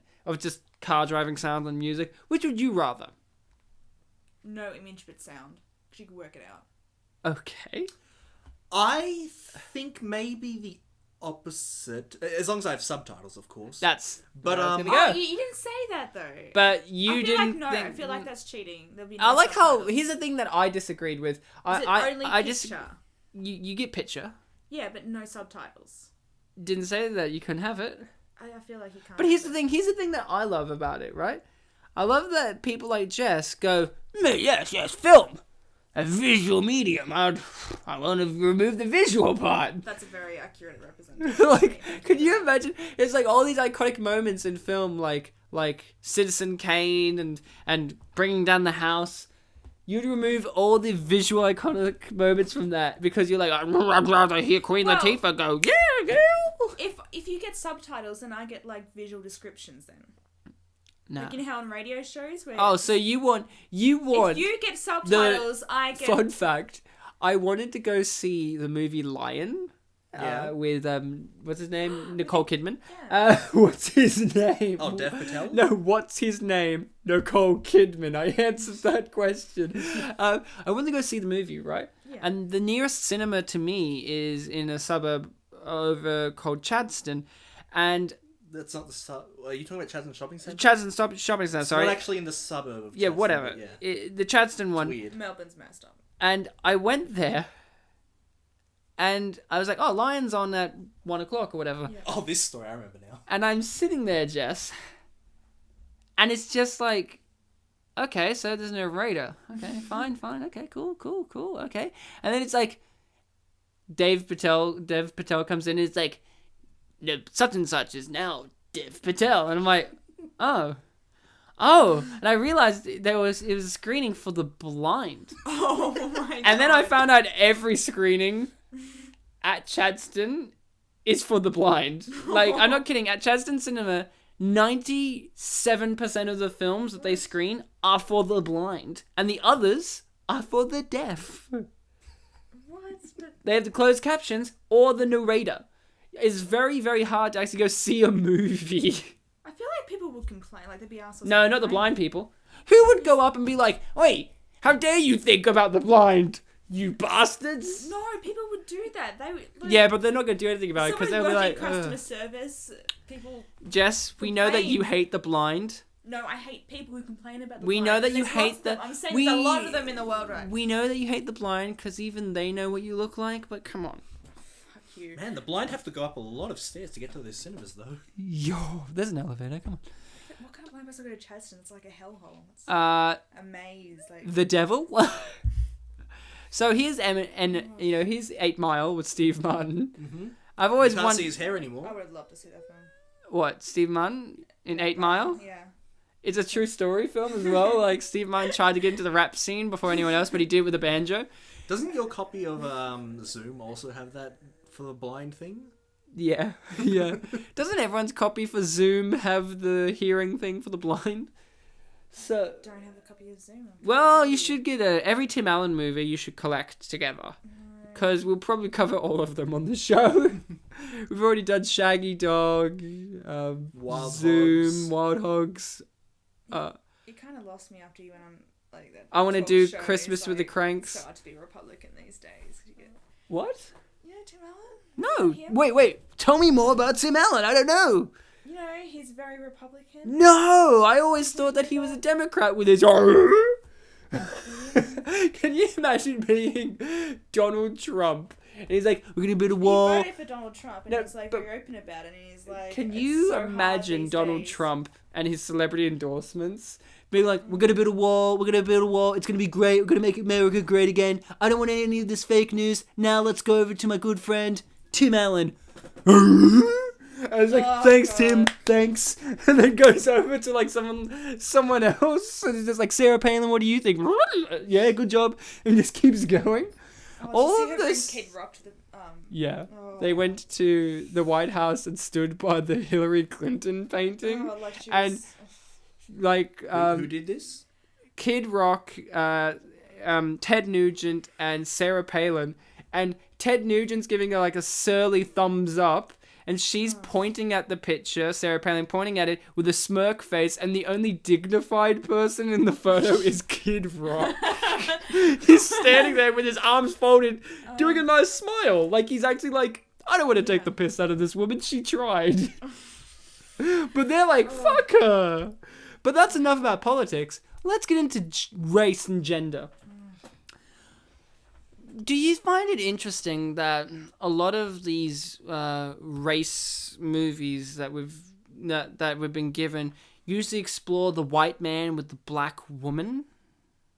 Or do you find it interesting that it used to be the black man with the white woman?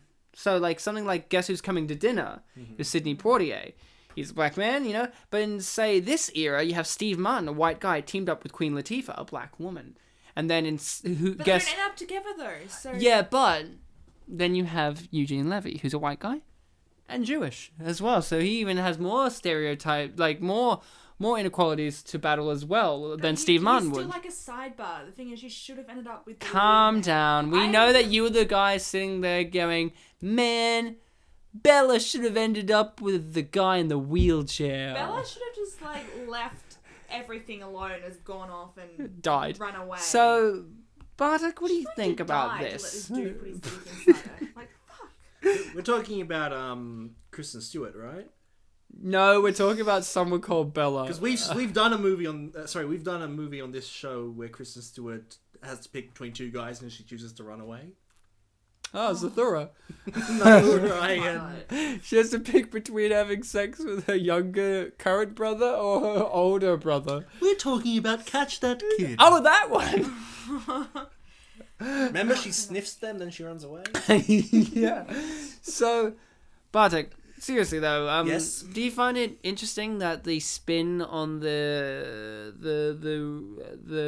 genders and the race is more prevalent now? So back in the 60s and through to the 80s, I would say it was black guy, white woman, and now it's black woman, white guy. Do you find that interesting? I suppose my thing is that I never noticed if one or the other was the norm. Like, certainly when you told me about Guess Who's Coming to Dinner and then we did Guess Who, that was like a point of, oh, they did the opposite here. Yeah. But really, I'd never really thought of the whole thing as a whole. Sorry to use the word whole twice. But I guess I don't see it so much as the genders mixing as it is just the two colours. Like, for example, what was that Eddie Murphy movie with Nick Nolte? God. Not off the top of my head. Ah, Trading Places. That's Dan Aykroyd. It's like that R-rated one where one's a cop and one's a criminal and they're working together. 48 Hours? Yeah, that one. Yeah. Like, things like that. It's like they're both guys, but they're both of different races. So I just see it yes, as, Lethal Weapon, yeah. Yeah, I haven't seen that one, Will Smith unfortunately. ends up But for a white girl a lot. In Lethal Weapon? No, in other movies. I guess when you mentioned No, Will... Jada Pinkett Smith is black. I know, but he's a co-star. Do you know what I mean by that? Like, now that you mention Will Smith, I do get the impression that, yeah, maybe black guy, white girl would be the more common one. but no, I'm saying in our day and age now, Yeah. it's becoming less and less that and Yeah. more black women, white guy. What movie has black women? Guess Who and Bringing Down the House. That isn't like the past 2 decades. You think of two. Loving. But that's based on a historical. So it's still a film. Yeah, but it's based on. So there's historical happened films. 50 years ago. There's historical events of a black guy getting with a white woman, and they've made those movies before, I'm sure. You know what I mean? Like, I think it's becoming more the accepted thing in Hollywood or in films to have it flipped. In the day, you get used to the black woman. Examples, really. Like, they don't I just listed you 4, and you're like, not enough. I need at least 20 years. And they were all in the past 20 years. You know, this is something that I'm glad you're bringing up. 4 films. Because it's, Get Out. That's a black guy and a white woman. See? Now they're going back. I thought I meant the film Get Out, right? Yeah, I haven't seen it yet. It's a black guy, white woman. Yeah, That defeats but I my feel like- argument. But I don't know. Wasn't Meet Dave also black guy, white woman? But they didn't am I really wrong? get together in the end. There's like No, because Oh, Eddie that's Murphy right. gets That's together with a right. black He gets woman. with the other tiny girl. Eddie Murphy gets together with black women all the time. But look, I am glad you're bringing this up and making me think about it, because when I was watching this film, I kept forgetting that it's a 2003 film. Yeah, it felt like so today. Today, I was thinking more along the lines of really late Right, 2000s, like maybe 7-8 years ago. So when I kept, having to rethink in my mind, this is 2003. Yeah, I mean, the cell phones didn't give it away. Oh, the clothes, man. I guess. No, the early 2000s fashion style really lasted until, I would say, 2010. I feel like if this came out today, it'd be crucified a whole lot more. Like people would. No, I don't think so. Like with the internet. No, I don't think so. Think about a movie like Get Hard.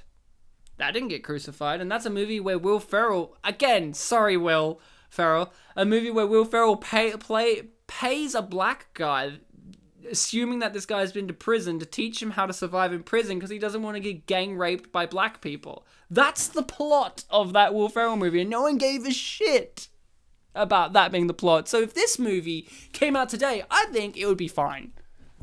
Think about it. Yeah, and plus this film did get nominated for a few things and did win some kind of minor awards, like Queen Latifah's acting, some certain comedy awards and like the Teen Choice Awards. 2 stars from Roger Ebert.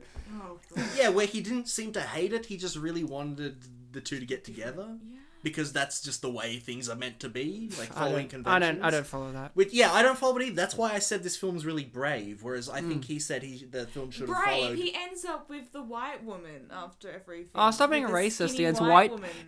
Excuse me, Well, I could mean, you like, hold on you to the watch- fact that you're being racist against white people, please? I'm not Hold saying on to that. That's not a thing. Look, I'm not dickhead. saying... Wait, did you say that's not a thing? Being racist against white people? Hold on to that. Are you hinting to some review, Ryan? No, I'm hinting to life. Look, I'm not saying that particular part of the ending is brave, but the movie in general is very brave. I'd really like this movie to also be recut, but every time she punches someone, you have the Batman. Kapow! Bang! Also, I didn't notice that the heiress was standing on the bar. Yeah. Well, hi. Jess, I love how I'm still thinking. I gave you 4 to 5 examples of films that do this, and you're like, no. Give me examples of films that came out in the last 10 years No, that have you gave that have 3 the. films in the last 20 years. That's nothing. I gave All you. the films. I gave you so many films, and you're like, that's not enough. Because these films aren't the norm still. Like the interracial, romantic or not couples films are not the norm. Even if it is black guy, white girl, or not. Remember, they're not the Oscar's So norm. White? Oscar's So White. Yeah, I'm not saying. in Hollywood, they usually just keep it to the races. Yeah, Steve Mann would I have. don't know what. Like, I wasn't But saying I that wasn't a listed you. thing. But I was saying when it comes to the Hollywood films doing movies of this type of nature, where they have the interracial thing going on in the older. You were saying that in the other days you they were used to saying the focus. black woman, the white man, and I was saying it's more common for the black man to get with the white woman. I wasn't No, saying this doesn't happen. yeah, but I'm saying in Hollywood that's what it always was for 40 years or more. But I'm saying in the millennium of the 2000s, it's been heading towards more black women getting with white men, and I find that an interesting thing that they're exploring. Not becoming super common, but it's being more shown. Yeah, but screw Asian people, right? They don't get anything. That's Take that, Scarlett Johansson. My favorite Asian actor. Second only to Emma Stone, of course. When did she play Asian? In Aloha, apparently. Aloha. Aloha. She was playing, she was playing Vietnamese or I something. don't know how. Her name was like Emma Lee. Stone.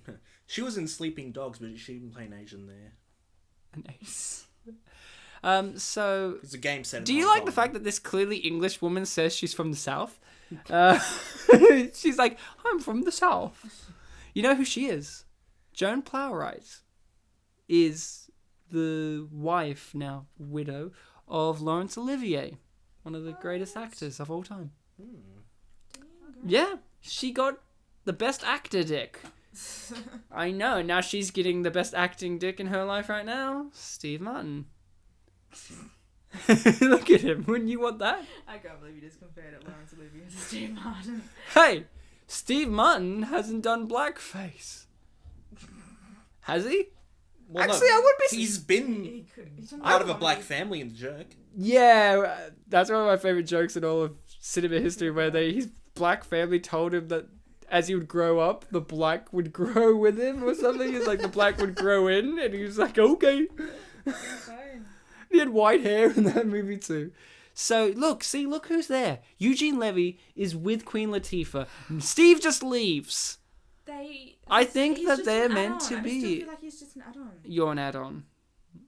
You're here looking stuff up on your phone about what I was saying is right. I know you. You're like, oh yeah, you're right. There are lots of, think about it, man. Lots of movies. What are you? You're looking up The Jerk. Billy Crystal did blackface. Of course Billy Crystal did blackface. What are you on about? It's Billy Crystal. In 2010. Dude, that's... Hey. Robert Downey Jr. did blackface and nobody seemed to give a damn. Because he made fun of people doing that. But you don't know why Billy Crystal did blackface and you're like, oh damn, Ryan, bro. They didn't give a damn. They gave him a can nomination. Can we just look at the subtle innuendo here that not only did she do a blowjob and kiss this guy and have sex with him, but she also indicates that she might have had anal sex with him. Which is great. Just... See, only Missi Pyle can watch. See, only Missi Pyle can do that kind of thing. She just adjusted her butthole. This is a family movie. Maybe she just. Who's this for? Maybe she just adjusted her panties or something, right? But it was so much in the butt. You know what I mean? You just want it. Right? No.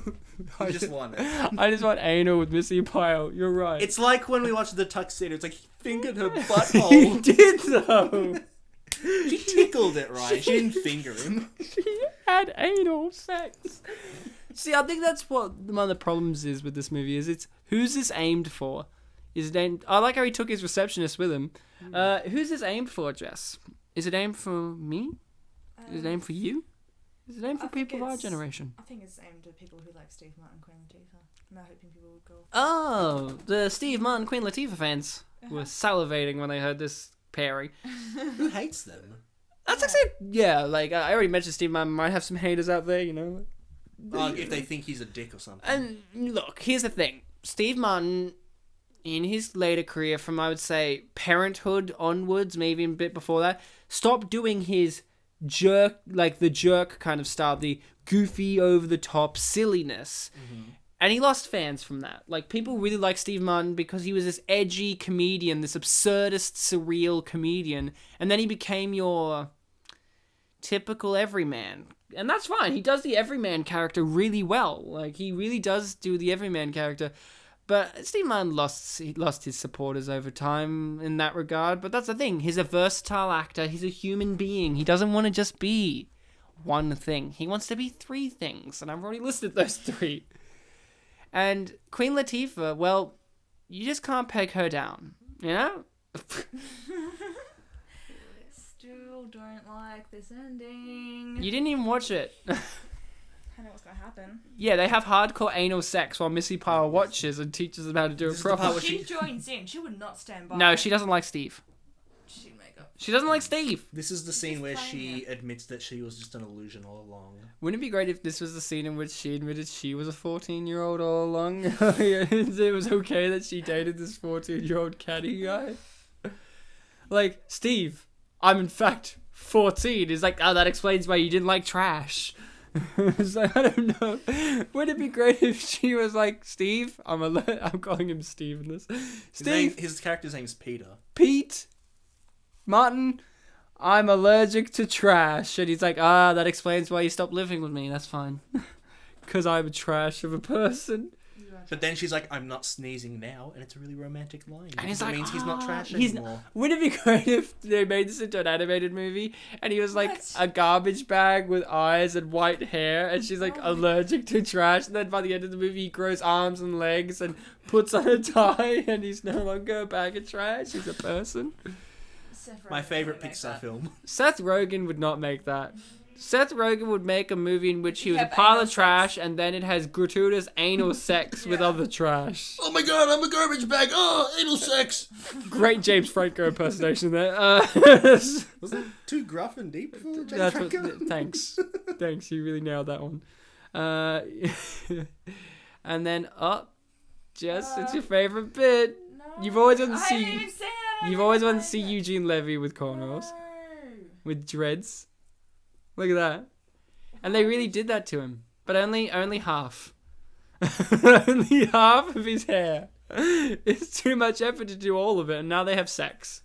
Oh my god, we're having sex. That's not Eugene Levy. Eugene Levy would be like, yeah. Sorry, I got the Jewish actors mixed up.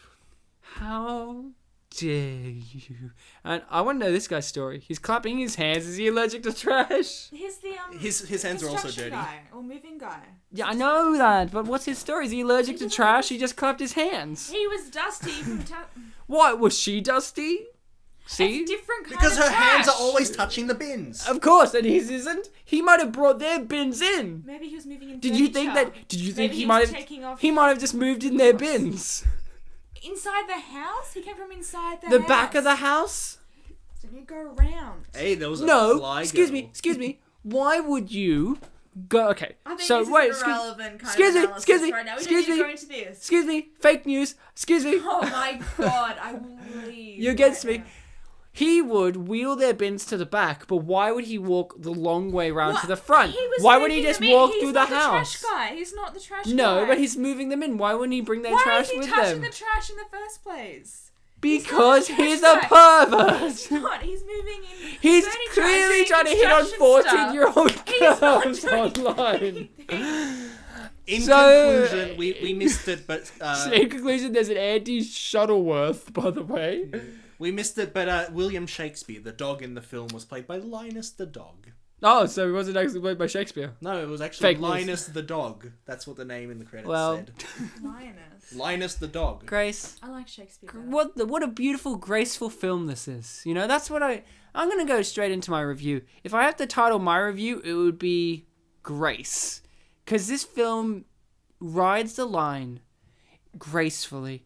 It does things in the normal Hollywood standard, but also subverts them and goes different directions. It may be upsetting to people like Jess, and it may be confusing to people, but at the same time, it's masterful. It's graceful. It puts racism on the table and says, bad boy. But it also doesn't do it to a degree in which you just go, we get it. It's a message movie. Because this is a comedy. It also points that racism and goes, bad boy. But you can be used for comedic purposes to highlight the racial inequality of upper-class white society. And I think that's great. Steve Martin knocks it out of the park. Who else could be this kind of character? You know, yes, he's not playing out of his wheelhouse, but it's a damn good house to be in. Oh. Because it is brought down in this movie. There's only one person for hair, by the way. It is brought down in this film. And that's why the film's called Bringing Down the House. It's on a literal and metaphorical level. I would give this, if I had to rate it, I would rate it a... You got me all twisted up in the game out of chocolate, out of my sweet mug of chocolate milk, which is something he said in the movie, by the way. So, Ryan, there's actually one more thing I want to know from you. It's a thing that you said was a surprise. Your favourite character. You alluded to it much earlier, but we never brought it up. Well, what was it? We'll find out at the end. Oh, okay. Jess, let's hear from you. Okay, overall, I feel like they took the easy way out in the end. Racist. I so want to see them together. I feel like this total missed. We'll write some fan opportunity. fiction. Yeah, you can write some. Oh my god, I am going to see if there's any fan fiction on the internet. There isn't. Someone must have. There isn't. Have you checked? Yeah. You know what? I'm gonna start it. Just to let our listeners know, usually I read YouTube comments and other things I find quizzes at the end of the episode. I couldn't find many comments for this one, so I didn't bother bringing them in. And there were quizzes that they just weren't that great. Yeah. But at least that showed that some people remember it. You know, there were some comments. There were 3 quizzes. I think that's a good precedent to set that some people liked this movie. So, But it also demonstrates Jess? how forgettable. you Unfortunately. are here now, and you're remembering it. You're not making a quiz on it, but Sarah- you're giving your No, heartfelt sorry, yeah. review. Yes, that they should have changed the ending. And then it would have been 10 stars instead of 9. It would have given them an extra 1.5 from the 1.5 that I'm giving them. for the film. So, you're just a little bit below Ebert's. Okay, cool. Yeah. So, I mean, But he gave it I 1.5 like- out of 2 out of 4. I mean, yeah, and that's what she's doing now. Yeah. out of 4, Giving 1.5 out of 5. Out of 5. it's a fair bit Is less. Okay, that I'm is that giving your 2. rating? I'll push it up to 2. Is that your rating? 2 stars 2? out of 5 because I like Steve Martin. Is I that- like Queen Latifah. Is that your and Eugene? You want to He's push it up to okay. 2.5 for Eugene? He's okay. How about 2.5 for Michael Rosenbaum's wig? I kind of like the dog. Okay, 2.5. Shakespeare, yeah, okay. Linus No, the dog. No. Okay, go wait. No, 2.5. We're locking in 2.5. No, 2. 2.5 locked in. 2.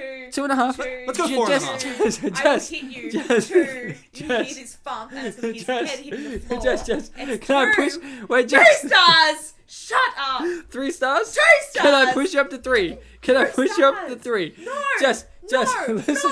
No! 2 stars! 5 out of 20. Just. No! Listen. No! Sorry, 5 out of Okay, Can you not give No! me? Okay, you're No! up to 2.5. No! You're No! up to 2.5. 2! 2, you dumbass Just- fuck! Just, 2 you're up, stars! just you're up to 2.5. No! You're up to 2.5. I'm taking it off the more you push me. It's gone down to 1.5. Just- I just- hate this film. Okay, I'm such okay. a passion. Okay. Can I push you to 3? No! Here's the reason. No! Here's the no, reason. No! Do you want to hear the reason no, why I think you should give it 3? No, I've heard Do you your want to? reason. No. Do you hear the next reason? No! Did you hear it? The soundtrack. No! Did you not listen to the No! soundtrack? 1.5 Okay. then! Okay. 3. So you got 3. Jess. Can I push you to 3.5? Now you know here's why 3. You're already on 3. Now with 3.5 stars, here's why. No, I mean this seriously.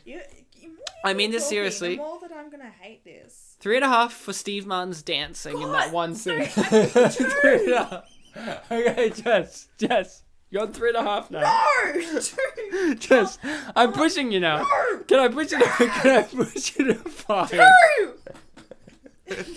2 Stop out of laughing 2. at me! Can I push you to 5 stars? Constantly Okay, Jess. saying things that I have Jess. not said. Jess. Saying things that I have Jess. done that I have Jess. not done. Jess. No! Jess. No! Jess.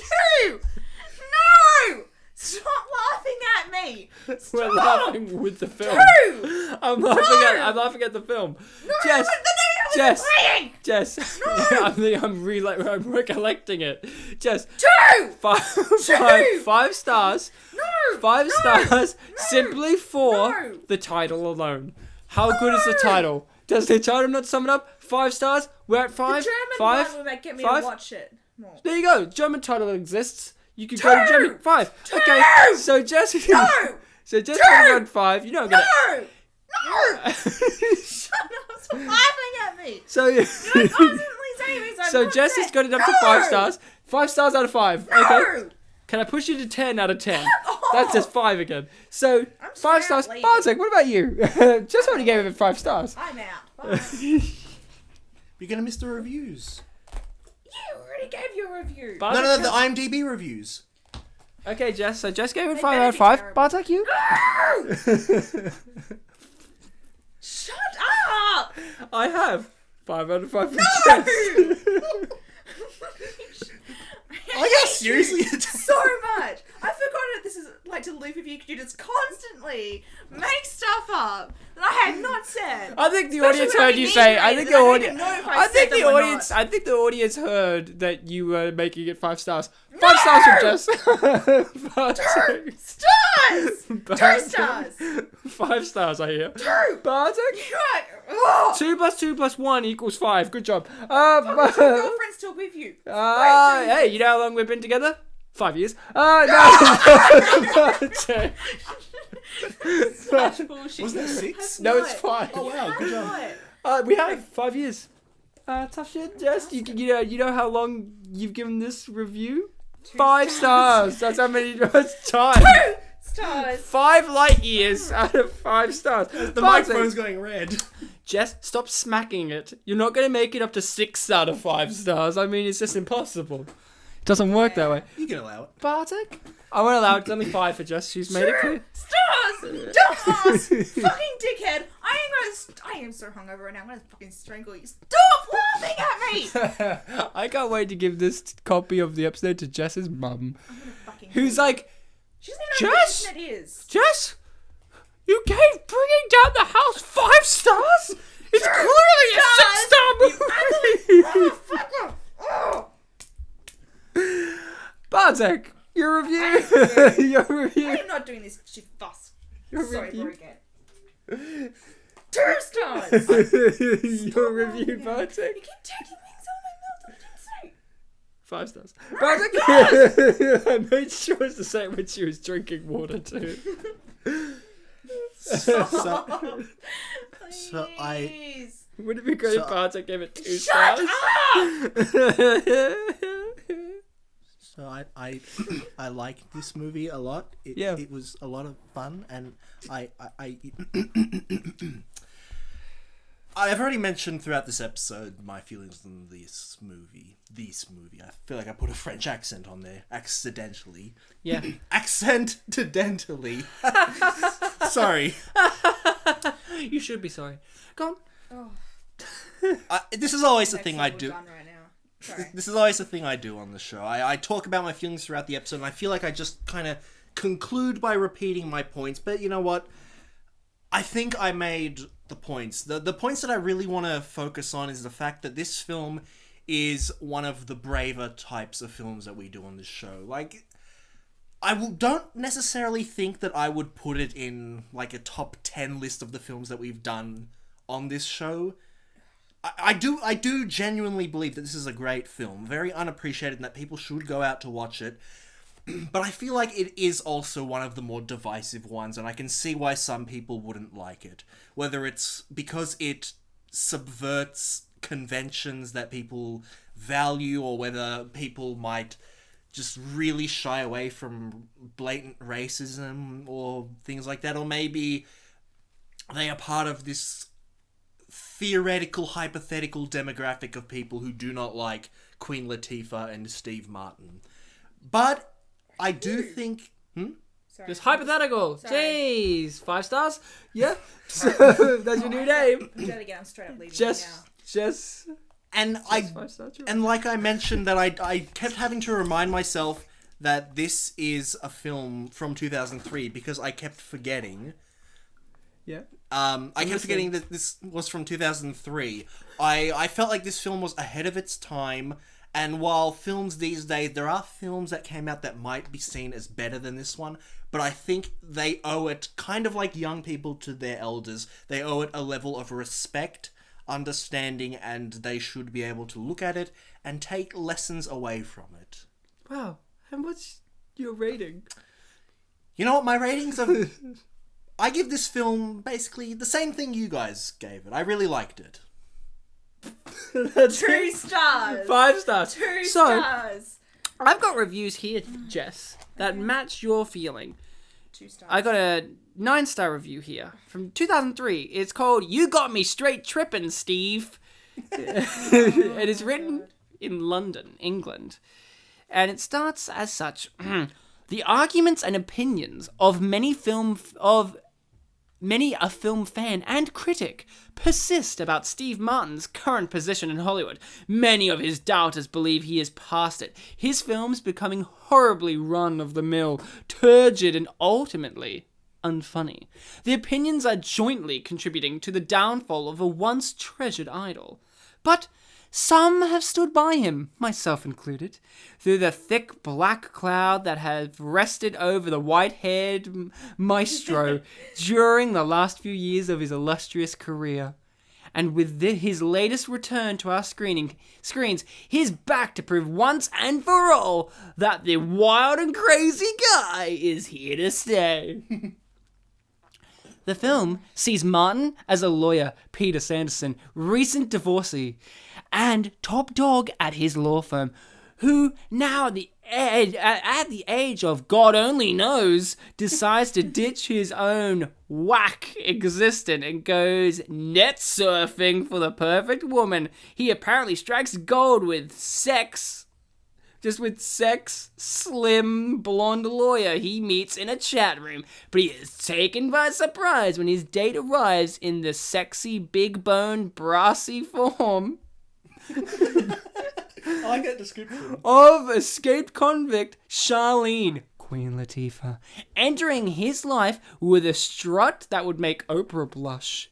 Oh my gosh. I love how he's going to put Oprah in there. You said that this one had the same feelings as Jess, right? Yeah.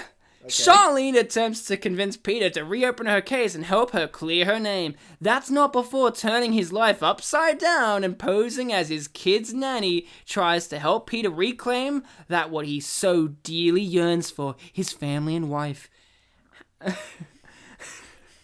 How amen sweet.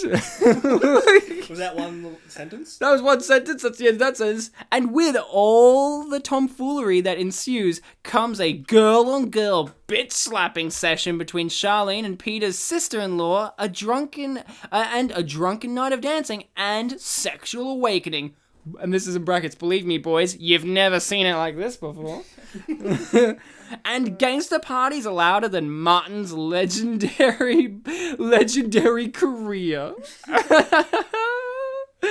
Standing up to its title, House, really is a treat. Yeah, I agree, the TV show is great. I don't know, like, they just put House, like, standing up to its own title, House, really is great. Martin, although not in full-on wild crazy guy mode, is on typically top crowd-pleasing form. His portrayal as a life-searching, middle-aged, toffee-nosed twit is inspired, managing to mix the side-splittingly funny with the touching and poignant to brilliant effect, recalling such affecting form he showed in Parenthood and Bowfinger.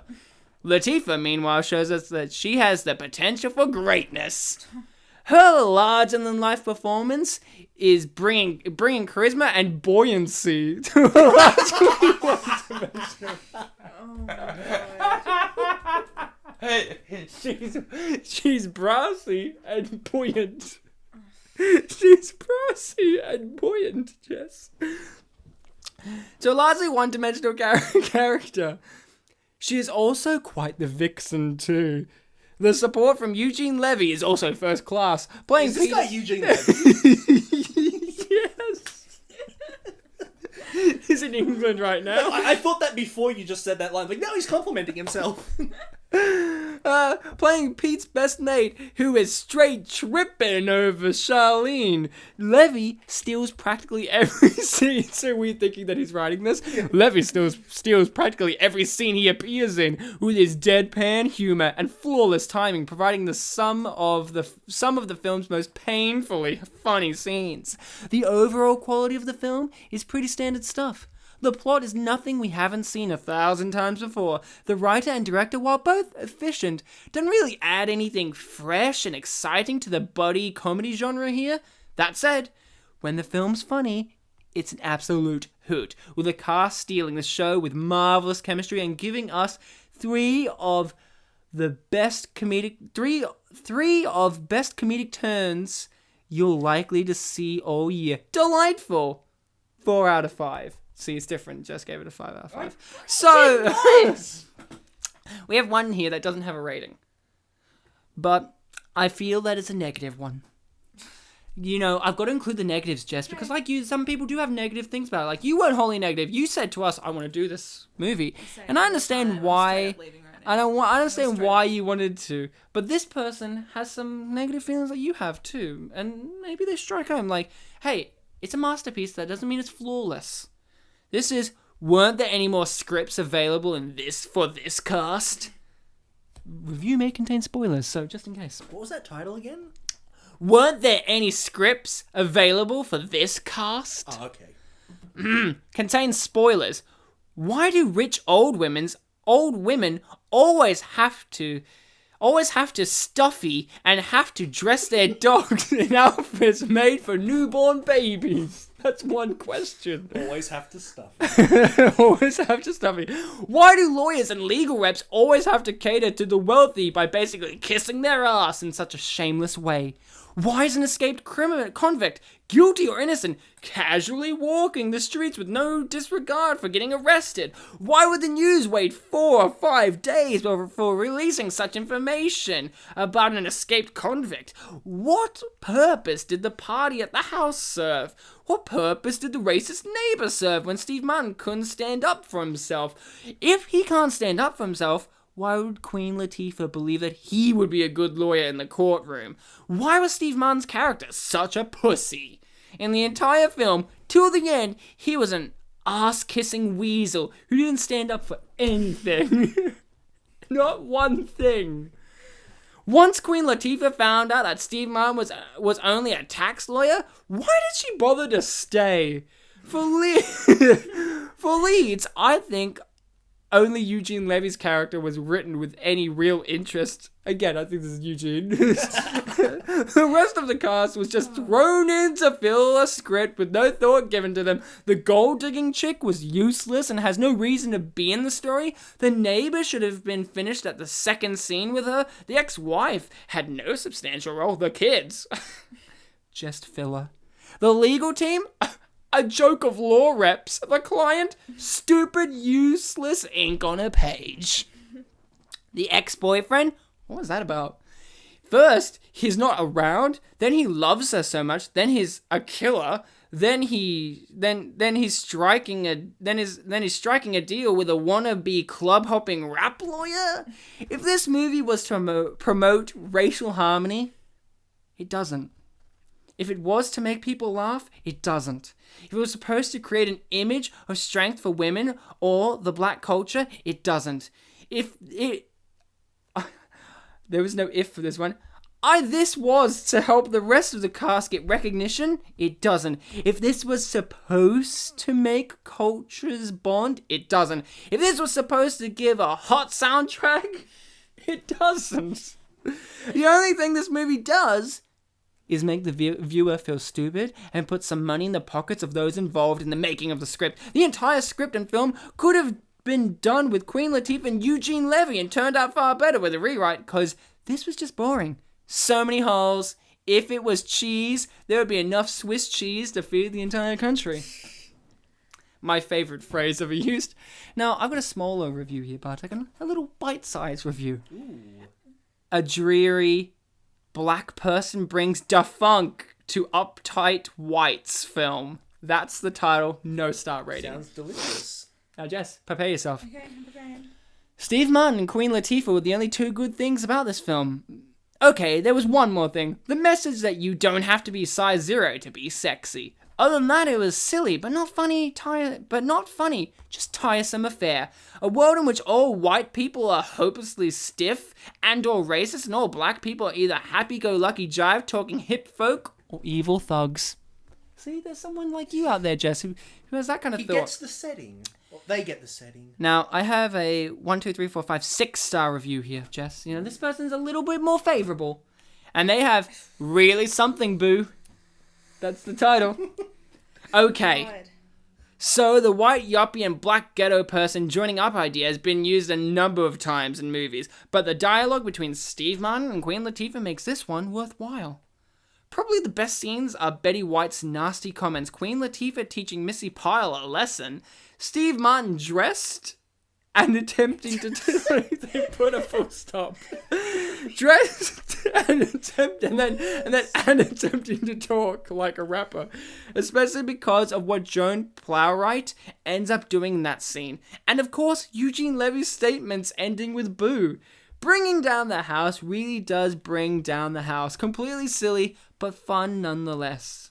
Nevertheless, whoever would have imagined Joan Plowright, aka Laurence Olivier's widow, doing what she did and saying what she said in the rapper scene? Could you imagine that? Jess, that's a question. So then... That reminds me, there was that scene where Steve Martin thought homie was a food. That was funny. So I have one that I think's written by Jess. Oh. It's called Anti-White Propaganda. 1 star. Fuck off. Well, it's got 1 star though. Oh, sorry. 1 out of 1. Oh. 5 stars. So... Alright, that's it. No. Okay, Come on, you gotta hear your review. Anti-White Propaganda. First of all, I wouldn't spend a dime to see a Quuen Latifah movie, but I happened to catch this one on ABC the other night. I watched it for the purpose of seeing what anti-white propaganda it contained, because that's politically correct in this country. You can use such terms as white trash, trailer trash, Euro trash, etc., and nobody bats an eye. I was right. One of the lines in the film was Queen uttering, "Sweep up the white trash." I am sick and tired of it being open season on whites, while everyone else is a protected species, and I am disgusted at Steve Martin for lending his name to this trash. This is the reason why I didn't go to the theater to see movies with either anti-white or anti-Christian themes. That's actually a question. That's like, This is the reason why? yeah, sorry. This is the reason why I don't go to the theater to see movies with either anti-white or anti-Christian themes? Screw Hollyweird!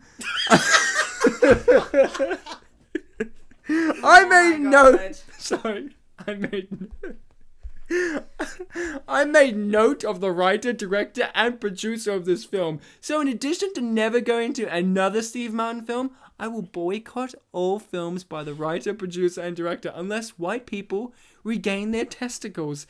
This kind of propaganda will continue. Let's send the communists packing.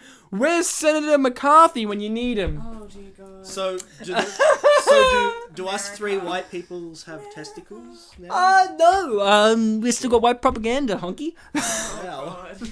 So thanks, Jess, for being a guest on the show. I will answer. Who's my favorite character? Oh yes. None of you gave your favorites either. The fucking dog man. Oh, you like dogs, yeah.